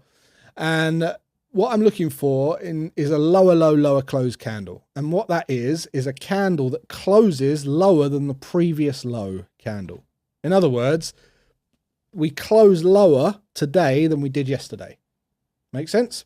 Because this is, remember, this is hindsight, but this is a live, in real time, this is a live example. So this candle here, can you see this candle here? Right, this red candle, that candle closed lower than the previous low. Let me just remove that off so you can see it. This is the previous candle, right? And this is the candle that's just closed below the low of the previous candle. Make sense? Okay. And what I'm going to do once I see one of those candles is I'm going to place a sell order just below the low, 2 pips below the low. And I'm going to work out my stop loss, and I'm going to put that 2 pips above the highest high. And then what I'm going to do is I'm going to shoot for the lowest close for my target. Now, of course, this is in hindsight, but this is a good example of showing you the power of structure and the power of putting as much emphasis into your target taking and stop loss as you do your entry. And what you can see here is I was triggered into the trade on this next green candle. Then we pushed up a little bit because in real time, you know, that is a whole day. Put your mind in the whole day of what's happening in this green candle here. We've pushed down, triggered into the trade. We've then pushed all the way up and we've gone into the red, about 50% into our stop loss. Okay, imagine that. Imagine your mindset, right? Then we've closed up here, higher than we closed like the previous day high. So that's it. That's it for the night. We've closed, then we open again at 10 o'clock in the UK or 1 minute past 5 in the US or whatever, right? And we're on to the next candle. Now the next candle starts to push down and we close down here. Great, but we're still like our entry, right?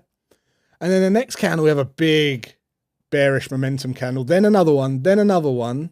Okay, and then 6 days later, or 7 days, 6 days later, we actually hit the target. But look what happens when we hit the target.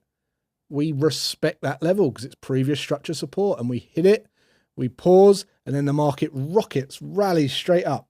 So this is the importance of putting an emphasis into where you take your targets. Don't be greedy. As it is, this is like a 3-to-1 reward to risk profile, which is amazing because if we risked $100, we've just gained $300 on this trade, right?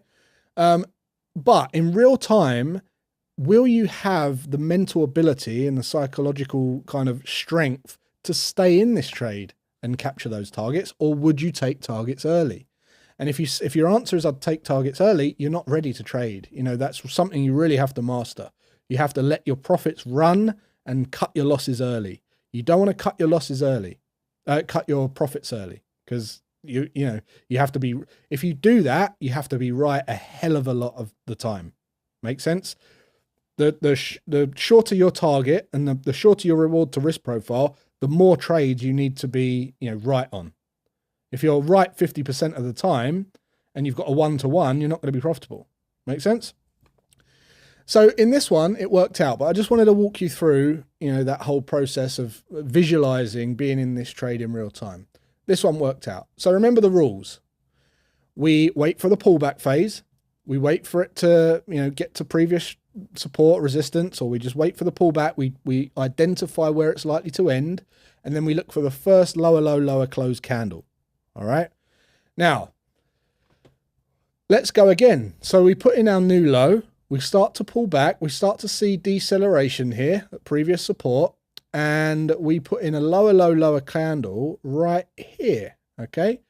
So we enter a couple of pips below the low, we put our, and when we get triggered in, we put our stop above the highest high, and you can see in this case, started to push down, but if our target was down at the lowest close, this was more than a 1-to-1, probably a 1.5-to-1, but we actually triggered into the trade and then got stopped out. See that? We got stopped out. So we had to use our stop loss. We had to trigger our stop loss order to get out of the trade at a loss. So in this instance, we've gained $300 and we've lost $100. So we're up $200. Make sense? Cool. All being 1% per trade. And of course, that 1% is going to change very slightly as we gain more as we grow our account, but I'm using it for this example. Okay, but what happens here is we continue to push up, then we see more deceleration, which is still a valid pullback, still a valid retracement, still valid phase 2, okay, pullback, and then we see market decelerating here, and then we get another lower low, lower close candle, right? So we place our order 2 pips below the low, we put our stop loss 2 pips above the high, and then we get triggered into the trade on the next day, and then we have a bit of a doji candle, which means indecision, okay? And then nothing happens, and then the next day we get a lower low, lower close, and guess what? We're going to put our target back down here again, okay? Lowest close, and boom, we've got what? A 2.5-to-1 on this. So now we're up $500, $500. Great. And then we wait for the new low. So we don't take another trade until we break and close below this low, and then we break and close below this low. So now we're down into the run again. Now we can wait for the pullback and we can look again.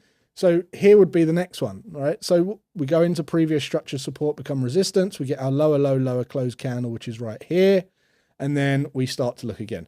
So hopefully you understand the kind of, whoops, help if you could see that. Let me just move that so you can see that. Right, support becomes resistance. We put in our new run, and then we pull back up. We get our lower low, lower close candle right here. Okay, so you know the rules. Pull back, look for deceleration, look for a lower low, lower close candle, and then targets, entries, sell stop order below the low. Stop loss is a buy stop order of 2 pips above the highest high. Targets at the lowest close from the previous run. Now, I know that sounds like a lot, but just rewind it back, get what I'm saying. It's not difficult. And you can look in a bearish market, and you look at this in a bullish market, okay? And what we're going to do is we're going to do some testing on this, and I'm going to show you how to test. I'm going to show you what to do. But when you're testing it, I want you to pay attention to bullish market, bearish market, okay? Do one for bullish, one for bearish. You can do the same pair, same market. But what I want you to make a note of is making sure you got the right market condition, making sure you got the right, phase, the pullback phase. And then I want you to take note of whether there's deceleration in price action. Maybe use a Fibonacci indicator just to monitor where it pulled back to on the Fibonacci. Maybe look at support and resistance, and then how many touches of support and resistance previously, and did you have angular support resistance in a shorting market or angular support in a bullish market? And then did you see price decelerate? Was there a pattern in price there, or was there a candlestick pattern? Was there a high test candle wick, or was there a doji, or was there a lower low, lower close? Okay, of course there's a lower low, lower close because that's the one we're using for this particular strategy, but notice if there was any other clues, like an indecision candle just before, like we had on this one, or where was it? Where we had it on this one. Was there one just before it, or was there any other clues that you can glean? So I want you to have a go at that. I'm going to show you now how to, have a little spreadsheet set out so you can go and test, and what to record so that you can efficiently start to get excited about, these strategy developments and how you can really use these patterns. We've just found a few there just without really looking, and you can go and test these. And the beautiful thing is this: everyone says trading's risky. Well, it's actually the least riskiest business I know, because what other business is, one, just you, so there's no other external factors that can play a part in whether you make profit or not. Two, you've got historical data research like this that gives you certainty in what's likely to happen next before you've even spent a penny in the markets. You know, you could really sit here for 6 months developing and testing systems before you've even spent a penny in the market, and then go, do you know what? I've got a 67% strike rate. You know, this is going to potentially generate a 28% return per year on this one strategy. You know, amazing. Now I'm going to start funding my account, and you have the confidence to do that. Then most traders, the first question is, oh, how much do I need to trade to start? Or let me just get in on this trade, and they don't know what they're doing. There's no need to do that. That's why it's got a bad name. That's why it's seen as risky. I don't want you guys to do that. So let's build a little spreadsheet so that we can test this. I'll use this example and I'll show you what we're going to record on the spreadsheets. Let's do that. All right, so now what we're going to do is we're going to take what we just learned and we're going to try and do some testing. All right, now there's no wrong or right way of doing this. If it's your first attempt, I just want to open your mind to this stuff. I just want you to understand the process that traders have to go through to get a profitable system and have confidence in their system and then go and trade live, right? And I just want to reinforce again and say, this is all we've got to go on. As traders, the only thing we need is mental strength to trade a system where there's no real knowing of what's going to happen in the market. Any of these traders out there that tell you that you can make a set amount of pips per week or a set amount of money per week is rubbish. No one knows what's going to happen next. The income comes in sporadically. We're focused on overtime profits, okay? So with that being said, all we've got to go on is historical data to give us that calmness of the probabilities of what's likely to happen. And the importance of doing this stuff, you know, is firstly, we need to know what's likely to happen next, okay? Because that's all we got to go on. Two, when was our, you know, longest drawdown period? When did we not make money for the, you know, how long did that last? Or what was the most amount of money we lost in any one time? Or what was the biggest gain that we got in any one time? And all of this information feeds our brain with information that keeps us calm. Because if things aren't going well and you've just taken 3 losers in a row, you can look back at this and say, well, actually, you know, every August this seems to happen. So this is perfectly normal. And it keeps you calm and you just continue to trade the plan. Because the moment you break the plan when you're trading is when you lose consistency, and that's when you're not going to come out on top. The other reason it's important to test is because this is a business. Trading is a business. And I know a lot of people don't see it like that, but with most businesses, you sell something and you get a unit profit, right? And a unit overhead cost, and the rest is profit. And the, you know, you make the sale, you pay the overheads, you get the profit. With trading, it's exactly the same, except the overheads are broker fees, platform costs, losses, and the sale price is the wins, okay? And that doesn't come on a unit trade by trade basis. You don't win every trade. So it goes over a monthly, annually period where you're going, right, okay, well, I might have 10 winners and then 3 losers and then 8 losers and 5 winners, and it's very sporadic. So we have to have a plan that at least gives us a policy for making profit that we can look to, refer to, and go, right, okay, this is what I need to keep doing because this is normal, right? So that's the power of backtesting. And anyone that tells you that backtesting, you don't need to do it, I would ask them this: why wouldn't you do it? And in all my years of trading, of asking that question, I've never had someone reply to me or give me an answer, not even attempt to give me an answer, because there isn't one. Okay, so look, what I've got here is a very basic spreadsheet. We've got fantastic spreadsheets that we've created for some of, you know, my traders, and our traders have created amazing spreadsheets, better than the ones that I've used. But there's nothing wrong. This is Google Sheets. This is a backtesting spreadsheet, and all I've got is an entry date, or NT date. Got an entry date, entry time. It's handy to know when the date was that you got in. So when you reference back, you can find those trades quickly to see, oh, did this happen? Did that happen? Because you're going to have ideas. You're going to have other ideas to test. And, you know, you can really go down a rabbit hole here. The entry time, that's important to know. If you're trading on the daily chart, obviously the time's going to be the same all the time, because the open and the close of the candle is at 5 p.m. Eastern Standard Time or 10 p.m. UK time. And it's going to be the same every day. But if you're trading the hourly charts or the 4-hour charts, it could be, you know, up to 4 times a day, or, you know, 24 times a day, right? So it could be either. Currency pair, what market it is. And I recommend you just test one pair completely before you move on to any others. Time frame, trading. So time frame is the daily or the 4-hour, 60-minute trading system. So this is going to be like trend, counter trend, reversal, ranging, you know, all that kind of stuff. We're going to look at trend for this example. Type of entry. In this case, we're using a lower low, lower close candle. Okay, so we'll use that. And then these are the notes set up. So you identified the condition, tick, phase, tick, support and resistance. You could put a score here. So you look back and see how many times it touched, and then you count them up, and then angular, you just add as another one. Okay, or you could add 2 points for an angular, and that's your scoring system for monitoring support and resistance. Because you might find at the end of this that, you know, all of the winners actually had 5 touches of support and resistance. Okay, and you might just say, well, do you know what? Unless they've 5 touches of support and resistance and angular, I'm not going to bother. If it doesn't have 5, I won't bother. Make sense? And then that increases your strike rate. You get better quality trades. I'm not saying that will happen. I'm just saying that's an example of why we take these notes. Indicators.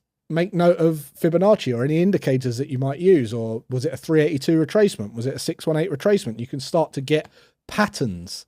And every time you see a winning batch, you go, oh, that's interesting. They all hit the 382. Right? Whereas the ones that hit the 618, they lost. They didn't generate a return. Price deceleration. Is there a price deceleration? So like smaller candles, right? Was there a candlestick, like a high test candle wick or a doji, right? So were they there? So you're making notes of those. And then you want to make note of the entry price, which is going to be 2 pips below the low of the lower low, lower close. The stop loss price, which is going to be 2 pips above the highest high, or the lowest low if we're going in the other direction. And then target position, which is going to be at the lowest close. I've put target 2 and 3 in case you want to test and take it that far. I'm not going to do that for this example. And then the close date, close time, and where you exited the trade.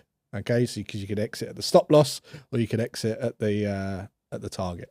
And then you could use this to calculate total profit. All right, great. We've got our system. So what I can do now is I can bring this out and just pop this over here, and I'll pop this over here. Whoops. Pop this over here. And now we've got our system. Okay, so we can just start populating this, and I'm not going to do loads. I'm just going to show you guys how to do it, and then I'm going to leave you guys to do it. Right, so let's go. So let's just say on this one, we let's start on this one here. Okay, because that's, I think you can see that on the screen. There you go. So we've got the pullback phase. All right, now you can make these as you can put that in here, or you can put check boxes to tick tick tick, whatever you want to do. I'm going to say pullback. Condition is bearish, or downtrend, whatever you want to write. Support and resistance. Now we could count that out. I'm not going to in this case because I'm going to have to scroll through the charts. But look, just put a horizontal line in where the so you get the horizontal line tool, put it in where we're looking, and then scroll back and see. Whoops. Scroll back and see how many times that's been tested, and whether or not we have angular as well. And you can count those up, put the figure in here. Let's just say that that's 5 tests. Indicators. You can bring on a Fibonacci retracement, as I did before, and you could go from the low, the high to the low, and see if we hit the 618. So we hit the 618 there. So that's that, you'd put 618 in there. Okay, so 61.8%, I should say. I got in the habit of saying 618. It's actually 38.2% of that move is the 382. 618 is 61.8% of that move is the 618. So we just make a note of that. And again, we're just making notes. Just making notes. Let me just clear some of this stuff off. What else? Type of entry. So we're going to put lower low, lower close candle.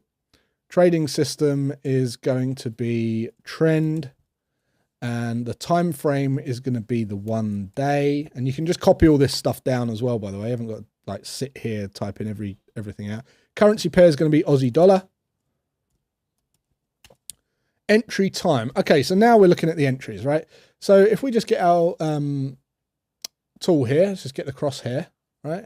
If you get the crosshair on Trade Nation, it shows you all of the cool date and time on there anyway. So you just have to hover over here, and we'll see that the entry would have been actually not on this candle, because we would have waited for this to close. It would actually have been on this candle, which the open and the close will be the same time. Okay, so it's going to be 10 p.m. in the UK because it's a daily chart, but we technically it would be this day candle. Okay, so the 16th of August 2022, okay, would be when we enter the trade, because remember we're setting our sell stop order 2 pips below this low. So 2 pips below the low, you look at where the low is. If you hover the crosshair over the candle and look at the low, low's at 0.7011. So that means that the sell stop order will be 2 pips below that at 0.7009. Okay, so we can write that in right now. So let's just go entry date is I think it was the 16th of the 8th 2022. Okay, entry time's going to be we'll put 2200. Okay, and then let's see what we've got here. Let's see on the order info. So the entry price is going to be, what did I say, 0.7009. I think I said, didn't I? Let's just double check. 7009. Yep, that's the entry price. The stop loss is going to go 2 pips above the highest high. So look, this candle here, the high of this candle, 71.37. So we're going to be at 71.39. So 0.7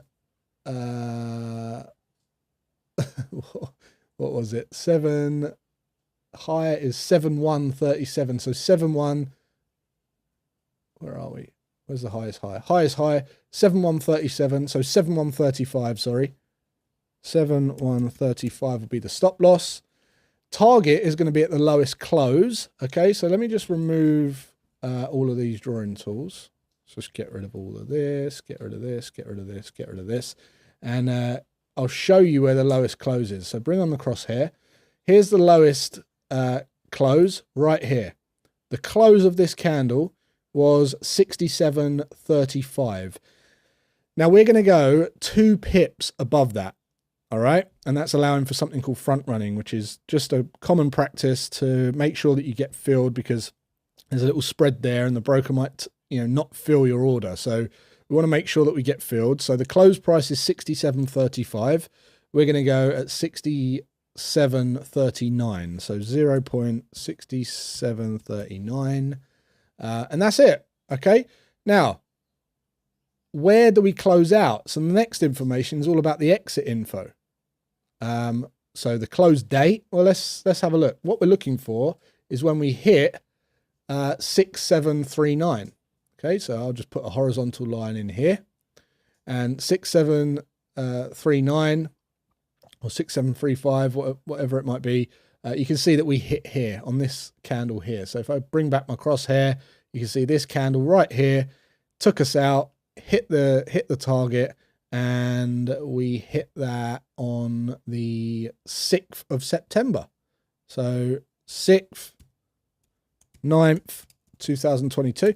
So we got in on the 18th or 16th of August, and we got out on the 6th of September. So that's 3 weeks in a trade. Okay, again, think about what that is actually like in real time. 3 weeks in one trade on this one pair. Now you can trade multiple pairs and you can test multiple pairs and you'll have much more activity, but this is just this one. That's 3 weeks for the trade. Close time is going to be 10 p.m.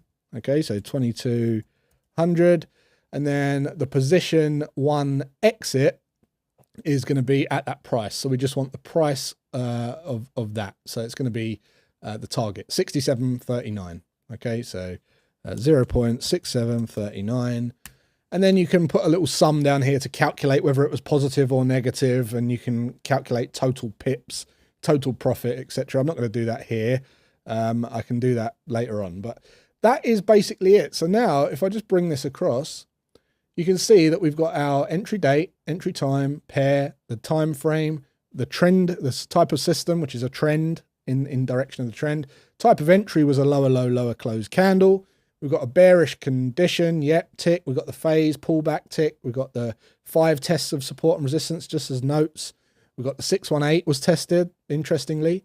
Price deceleration, you can make a note of that. Candlestick, you can make a note of that if you've got a doji or a high test candle wick or whatever you want to call, shooting star. Some of you might be familiar with different candle names. Just observations.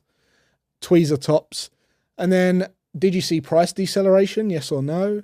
And then the entry price, stop loss, target, close date, close time, position exit, job done. So you can go and do this now. I'm not going to go through tons of these things because it's quite time consuming. I don't want to, this video is already about 3 days long. So you go and have a go at this. Let me know you get on in the comments. Let me know if you've got any questions.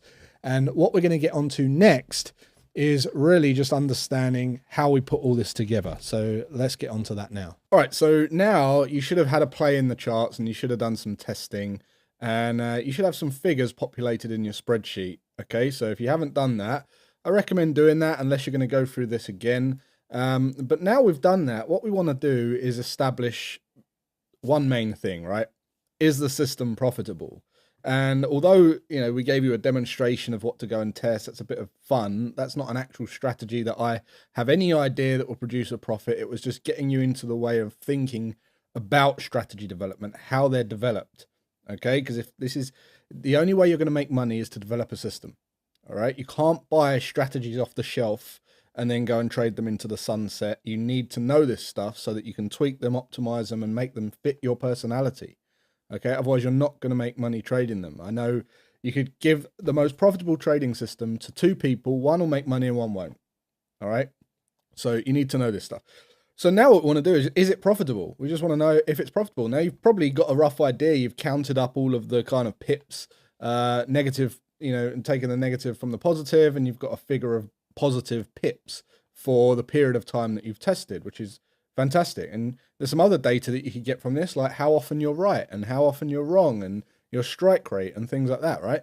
But I want to kind of give you a little formula here that I think is going to serve you well going forward, particularly if you're going to start really developing this stuff. And I've got some really cool stuff that I want to share with you at the end of this as well that I think is going to help you. So first of all, let's do a positive expectancy formula. Now, not many people know about this. Not many people share this sort of stuff. Unless you're inside a prop firm or something like that. All right, so grab a pen and paper and write this down. First of all, we're going to do a bracket, and then we're going to do 1 plus, open bracket, W divided by L, close bracket, close off that as well, times P minus 1. Now this here is a formula, and you're probably thinking, well, bloody hell, what does that mean? Well, you've got all of this information on your sheet, potentially now, so I'll explain what each of these mean. P is going to be your strike rate, how often you're right, okay?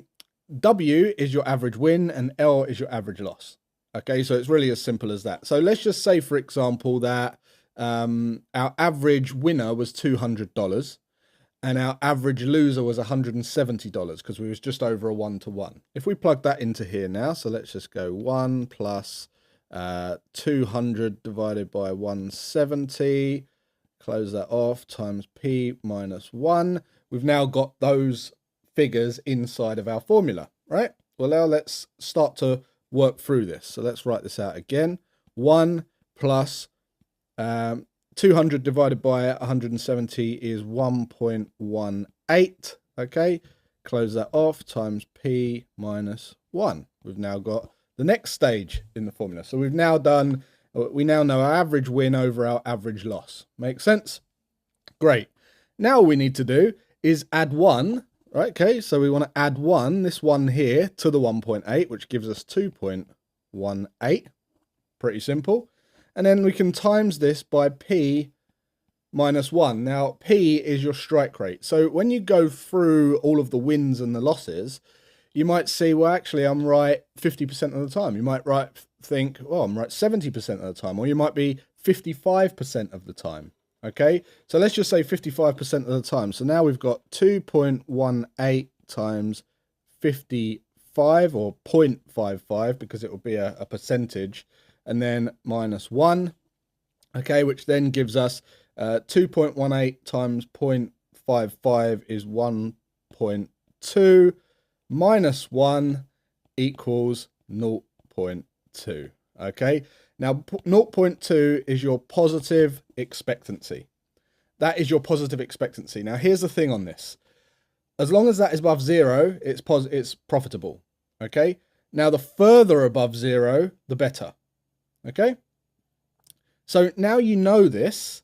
This is how you're going to analyze all of your testing that we're going to do from here on out, right?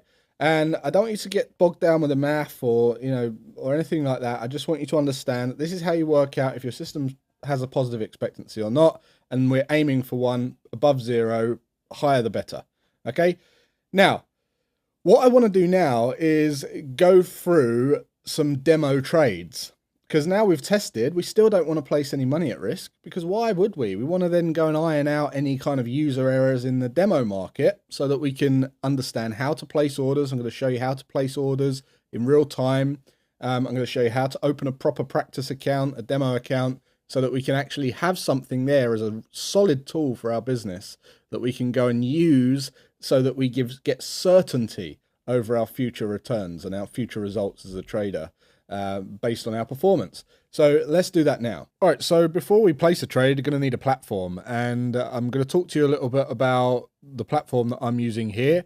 And whilst this video isn't to kind of be biased towards a broker or a platform or anything like that, because you're brand new, I've had quite a few broker accounts and platforms over the years, and over the years I've come to like certain features and really respect certain qualities of brokers.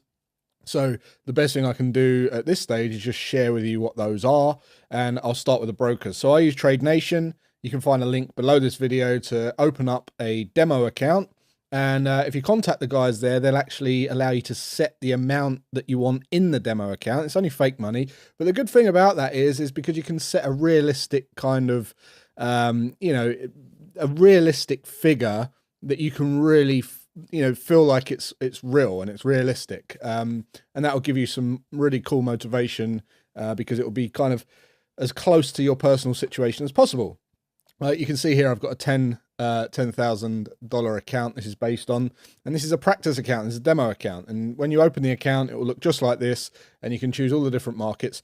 Before I go into the charts and show you how to place orders and all the rest of it, I want to just say a couple of things about brokers. If you're picking a broker, I've done many videos on this. In fact, I did a whole video on my YouTube channel showing you how to analyze brokers and do your investigations and do your research. There's certain things that brokers are known for and got a bad rep for.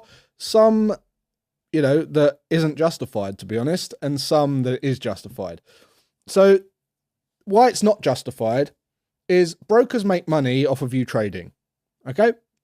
They want you to trade. They want you to open an account. They want you to trade because they make money on that spread. Remember I said that when you go to the airport, they'll buy from one price and they'll sell to you at another price. And you never get when you come back and exchange it back, you never quite get, you never make money on it, or you rarely do from those kiosks, because they're making money, the difference on the price, the bid and the ask, the buy and the sell.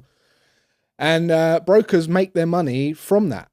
Okay, and there's nothing wrong with that, and that is their model. Now, the reason that is kind of got a bit of a bad rep is because, people try and flog brokers, and they link to brokers, and they say, open an account with this broker, and you don't know where the intention is. You don't know where the motive is, and you don't know whether they've got your best intention at heart. So let me share with you a little insight. One, there's two really main important things that I really think are really important with brokers. One is that you've got a good communication path and good lines of communication to the broker. So the last thing you want is to have to ring up, go through a ton of security questions and get put on hold and then go through to support, and you're trying to close a trade and you have to go through all security and everything like that. You want to be able to just pick up the phone and talk to someone, an account manager, and Trade Nation provide me with an account manager that I know, that I can ring up. I also know some of the senior management at Trade Nation now throughout developing relationships, because they're, you know, in my opinion, a great broker. So that's really important, having a direct contact there that you can call if anything goes wrong.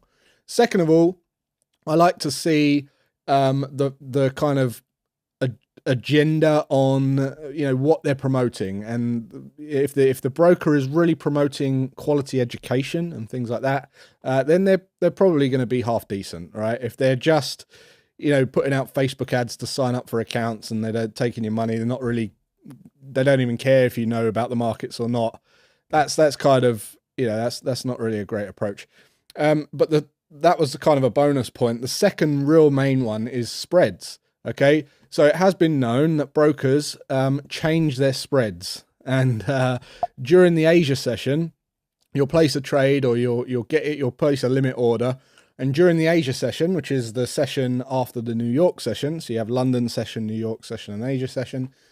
During that session, the spreads become a little bit volatile and they change the spread, and for some reason you might not get filled, and then you'll have arguments with them, and then you'll notice that actually they changed the spread and they didn't honor the spread. They didn't honor what they said.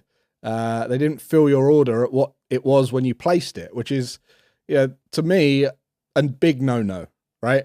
Now, the reason I like Trade Nation is because they guarantee fixed spreads. And I've done a test on this on my YouTube channel, and I monitored 6 different brokers, and we looked through the times after the Asia session, and it just stayed on point, right? Whilst all the others were fluctuating. And I did that live in front of everyone. So that just proves a point, right? That I just like to have fixed spreads so that I know what I'm getting in at, what I'm getting out at, what I can project my profit at. And not only that, my back testing is more accurate. I can actually back test stuff with certainty because I don't have to allow for that fluctuation in spread. That's sort of stuff you can't test, but with a fixed spread, you can factor that in, and you can kind of go, right, okay, you can get more accurate figures. So anyway, enough about brokers. One other thing that you should know is there are brokers that have A book, B book, right? All brokers have an A book, B book, and they're kind of, if they think that most traders aren't good.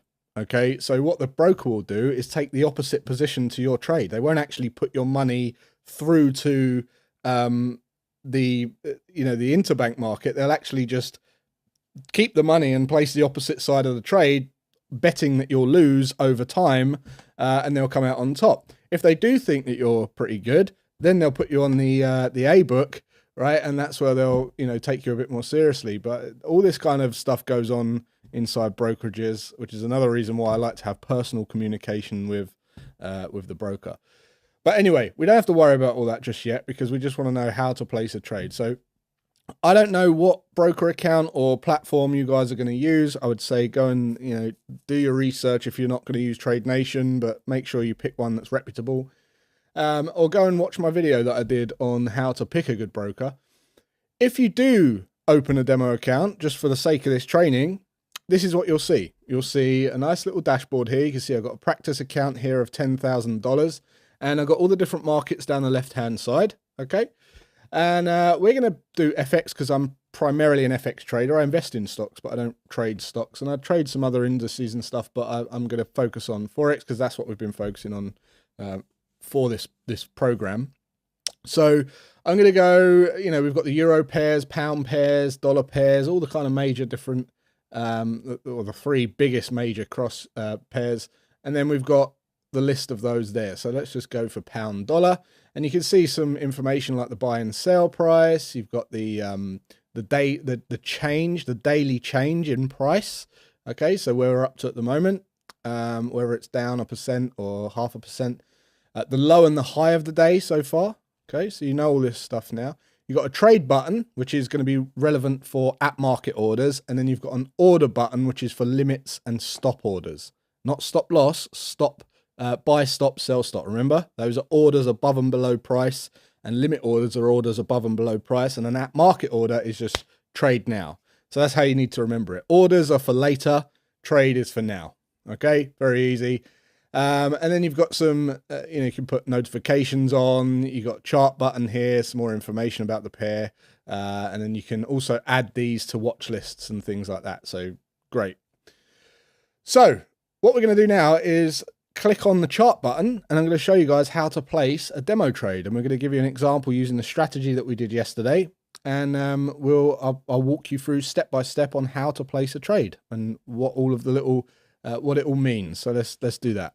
All right, so now we're going to walk you through placing a trade, okay? And we're going to just take an example of what we looked at previously, as in strategy-wise, and we're going to take a look at the Euro Aussie. So the first things first, when you're on this page or whatever your platform you're using, you want to click on the actual market that you're looking to trade or to analyze, and in this case it's the Euro Aussie. Okay, so what you do is you go over to this little chart symbol here, hit that button, and it will pull up a new chart, and then you can expand that out, and you can do that multiple times. Another reason I love this is because you can have multiple charts, which you've seen me, on my other videos and stuff.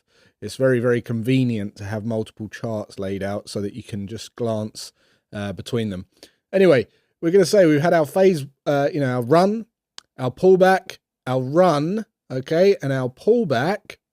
And what we're looking to do is get that higher close. I'm just going to pretend that we've done all the analysis. We've had all the major tests of structure, and we've got all the deceleration in price, because this isn't about that. This is about showing you how to place the trades. Okay, so I'm going to leave all of the analysis to you guys.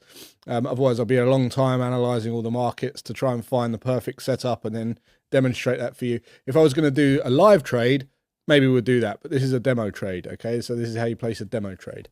So look, right away, we can see that we've got our higher close here, right? So if I just, if I bring on the crosshair, you can see that this candle closed above this high, okay? So this candle closed at 155.71. And what we want to do is place an order a couple of pips above the high of that candle. And of course, because it's above where we're trading at the moment, we want to use a buy stop order, okay? Which is an order, not a trade. If I wanted to place a trade right now, I'd be using the trade function, where I just place an at market order and it'd execute my trade as soon as the broker, as soon as possible, okay? But because I want to place it above, that's going to be a buy stop order, which means we're going to place an order. So let me show you how we do that, right? So just before we go over to the orders, you can see we're going to place a trade at 56.33. Okay, so we're going to go over here, and you can also bring this up on the chart as well. So if you hit this button here, you can see the trade thing comes up here. But I'm going to show you that in a minute. So where were we? 56.33. So we're going to go over to here, Euro Aussie, and we're going to hit order. Now you can see this order, right?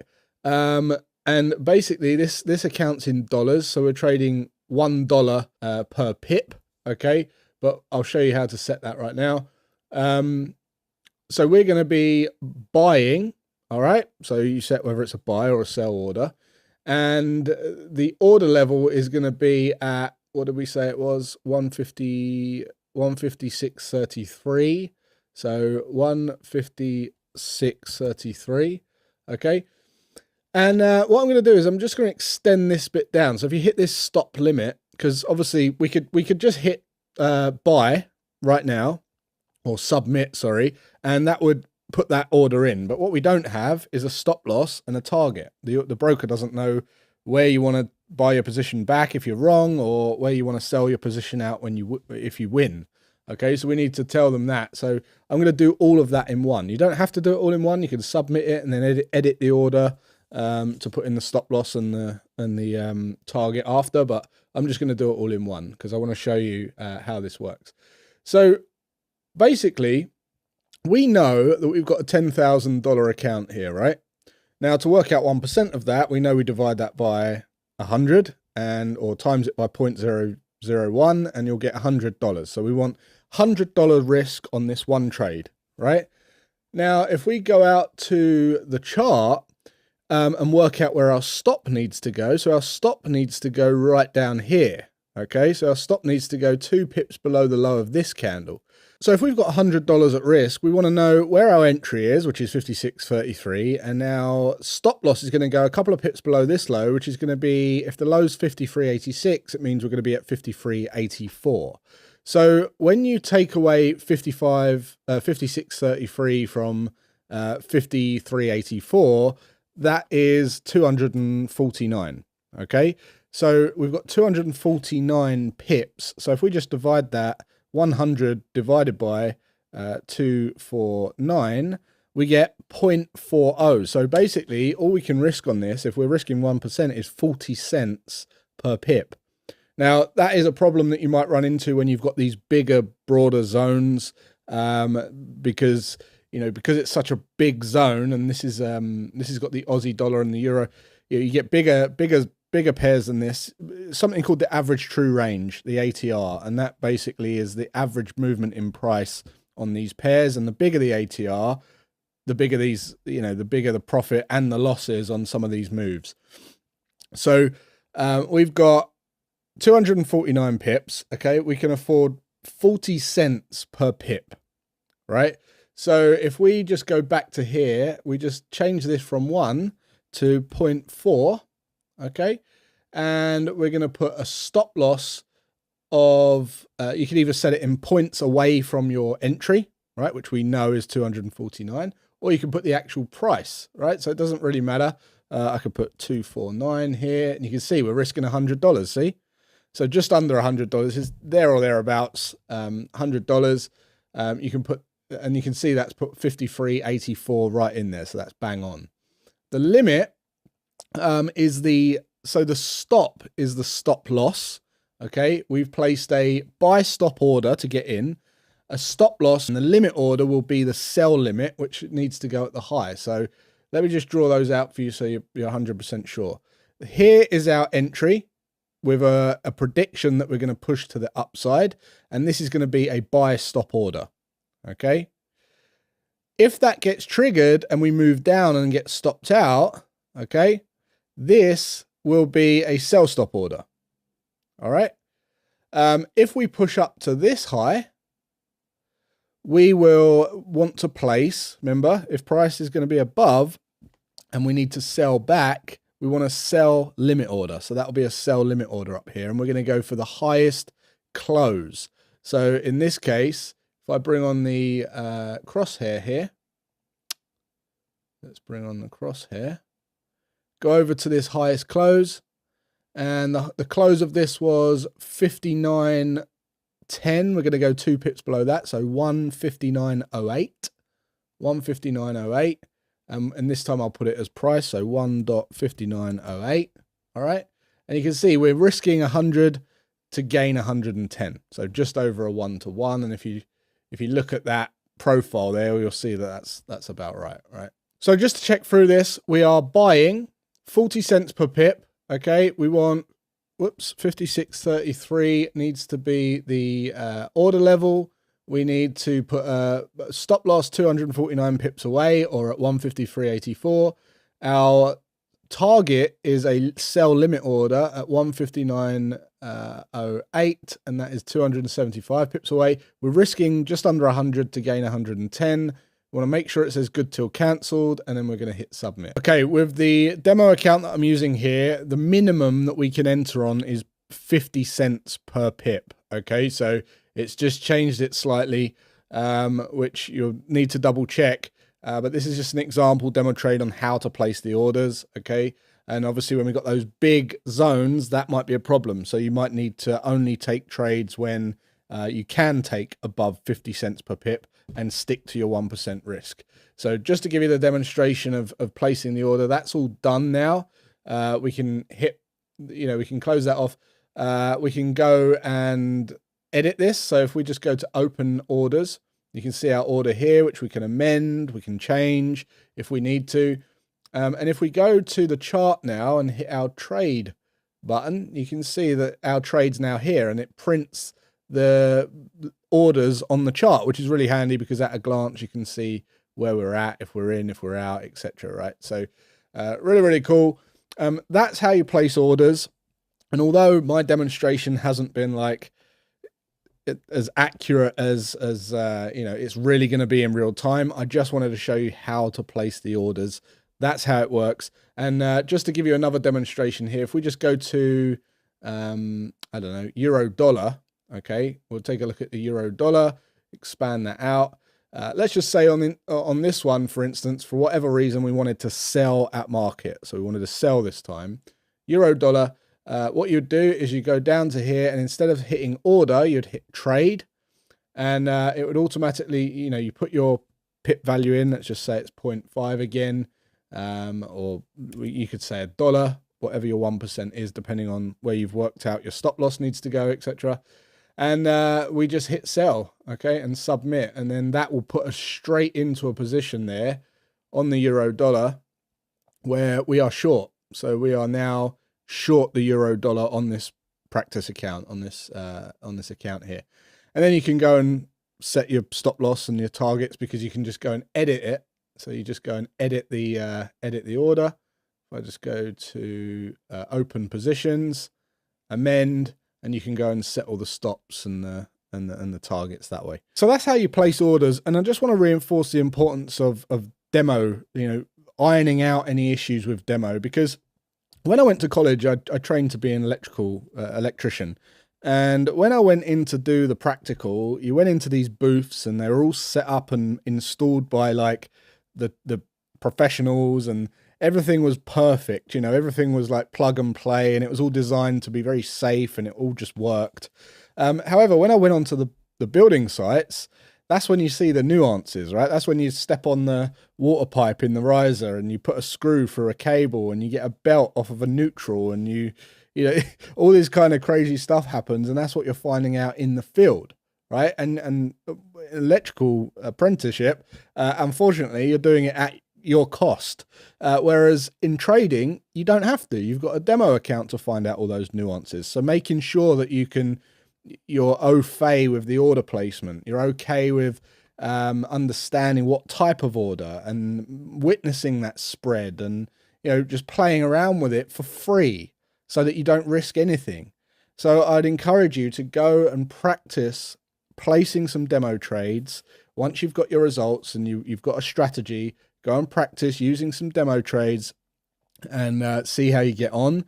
Iron out any of those user mistakes that you can't test. And then when you're confident in your system and you're confident that you can actually do this consistently, then you can consider funding a real account, you know, with a small bit of money at first, I'd recommend. And then it's exactly the same process. So just before we get into the really, really, really good stuff, if this wasn't good enough, I just want to cover leverage and margin, because that's important. So let's talk about that quick. All right, so in a minute, I'm going to give you my own challenge. But just on this last piece here, I want you to be aware of lots, margin, leverage. You might have heard these terms banded around, and they're really, really important. And the reason I wanted to cover them last is because I wanted you to not approach learning to trade with this in mind, okay? I kind of wanted you to learn what trading's really about and the fundamentals of trading, and then how you can use this to really accelerate your returns. And I didn't want you to be swayed either way emotionally because of what I'm about to share with you. So the way I think about leverage, let's talk about leverage first of all. So think about when you buy a house, okay? Most of the time when you buy a house, you'll go to a bank and you will borrow some money for the mortgage, right? And what you put down into the property market might be 10% of that house value, maybe even less, maybe a little bit more, right? But let's just say that we've got this kind of seesaw here, okay? And I always like to draw it like this. And let's just say that you've put in 10,000 and you've bought 100,000 house. I know that's not realistic in today's day and age, but let's just say, you know, you're controlling 100K's worth of the property market by just putting 10K of your own liquidity into the market, right? And then when you sell that house, you get to keep the growth, the equity, and the profit on the capital gains of the house. And then you give that, you know, you give whatever's left that you owe back to the bank, and then you keep the rest, right? And that's basically leverage. We're leveraging a mortgage product in the housing market. Now, where this is similar in trading is the broker will lend you money to place a trade, to control a much larger portion of the Forex market or, stock market. And you might have seen some horror stories on leverage in the with GameStop and all these kind of horror stories where, people got washed out of the market because they were getting margin call. And I'm going to talk about that in a moment. But this is essentially how it works. Forex trading, for instance, is traded in specific amounts called lots. Okay, so 100,000, a standard lot is 100,000 units of base currency. A mini lot is 10,000 units of base currency, and then a micro lot is 1,000 units of base currency. So let's just say that we were trading 2 mini lots on the Aussie dollar. Okay, and that the notational value of that trade is $20,000. Okay, if the leverage is 1-to-1, that means you just have to put up $20,000 to, let's just say that it moves 100 pips. Let's just say that you get a $200 profit on that 100 pip move. Okay, well, not everyone's got $20,000 in their account, and not only that, would you want to put $20,000 at risk just at work just to gain a $200 profit? Well, brokers recognize this and they know that not everyone's got a $20,000 account or even $10,000 account. So what they'll do is offer some leverage. And what the leverage is the same thing as a mortgage. They're borrowing you the rest, okay? So that you can place the trade, control a bigger portion of the market, and then get a profit and then pay them back what they're owed, and then you keep the rest. Okay, so if the leverage is 100-to-1, which is known to be, that same trade example that I just gave you, instead of having to put up 20,000 for the trade to gain a $200 profit, you now only have to put up $200 and you'll end up with the same profit if we get 100 pips profit. Now, the reason this is a double-edged sword and you need to approach this with caution is, yes, we can earn much more money and we can, the profits are great and we can use it to our advantage, but it's also a double-edged sword because if it goes in against us, we can also lose a lot of money. And the way that brokers manage this much of the time is something called a margin. Okay, so basically, when you get into a trade, the bit that you put up and the bit that they put up, the bit that they put up is called the margin. Okay, and they say, okay, we'll put up this much. And we'll match you, say, and if you go below that amount, you need to either put more in your account to to make up for our part of the deal, or we'll close your trade. And a lot of brokers, they just close off trades without you even knowing. That's called a margin call. Okay, when you get notified, and sometimes they just close off your trade. The reason it's dangerous is because this could be infinite. If you keep funding the account and it keeps going against you and you keep funding your account, that's where you end up in a situation like what happened with GameStop, and it's called a short squeeze in the stock market where all the traders are, the market's going against them and they've borrowed money to short the market. And now they've got to keep funding it, covering their position with the broker, or they'll go, until they go bust. And that's a major problem. It's infinite downside. So you just need to be aware of that. And one, make sure you've always got a calculated stop loss that's a fraction percentage of your entire account. Use risk management rules well. Make sure that your broker does have your back and closes off your order and your stop losses and fixes those spreads. Make sure that you understand what you're getting yourself into when you're using leverage. Okay. And just, approach it like a professional. If you approach it like a professional, you are going to have better long-term results, sustainable results that won't get you in a bit of a pickle. All right. So over the course of this beginner program, we've been through what to expect, your expectations, what you need in terms of the gear. We've looked at charts. We've looked at platforms. We've looked at brokers. We've also looked at strategy development. You understand what a strategy is, how to develop one, how to test one, how to really make it your own. And then we went into risk management and we went into navigating around charts and placing orders. And hopefully by now you have a much greater professional understanding of how to approach trading so that you can end up on the minority side of being a consistently profitable trader. But now I want to set you a challenge, because you might have seen all these crazy trading challenges around where they've got some kind of underhanded agenda to take your money and give you no real value, with the promise that they're going to fund your account and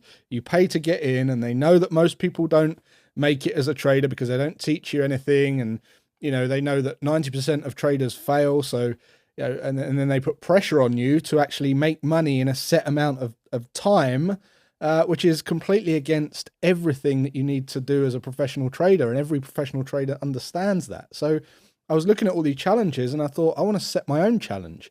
I'm so confident looking around at all the crap that I can take, especially after you doing this, that I can take someone off of the street and I can get them trading consistently profitable on a live account within 30 days.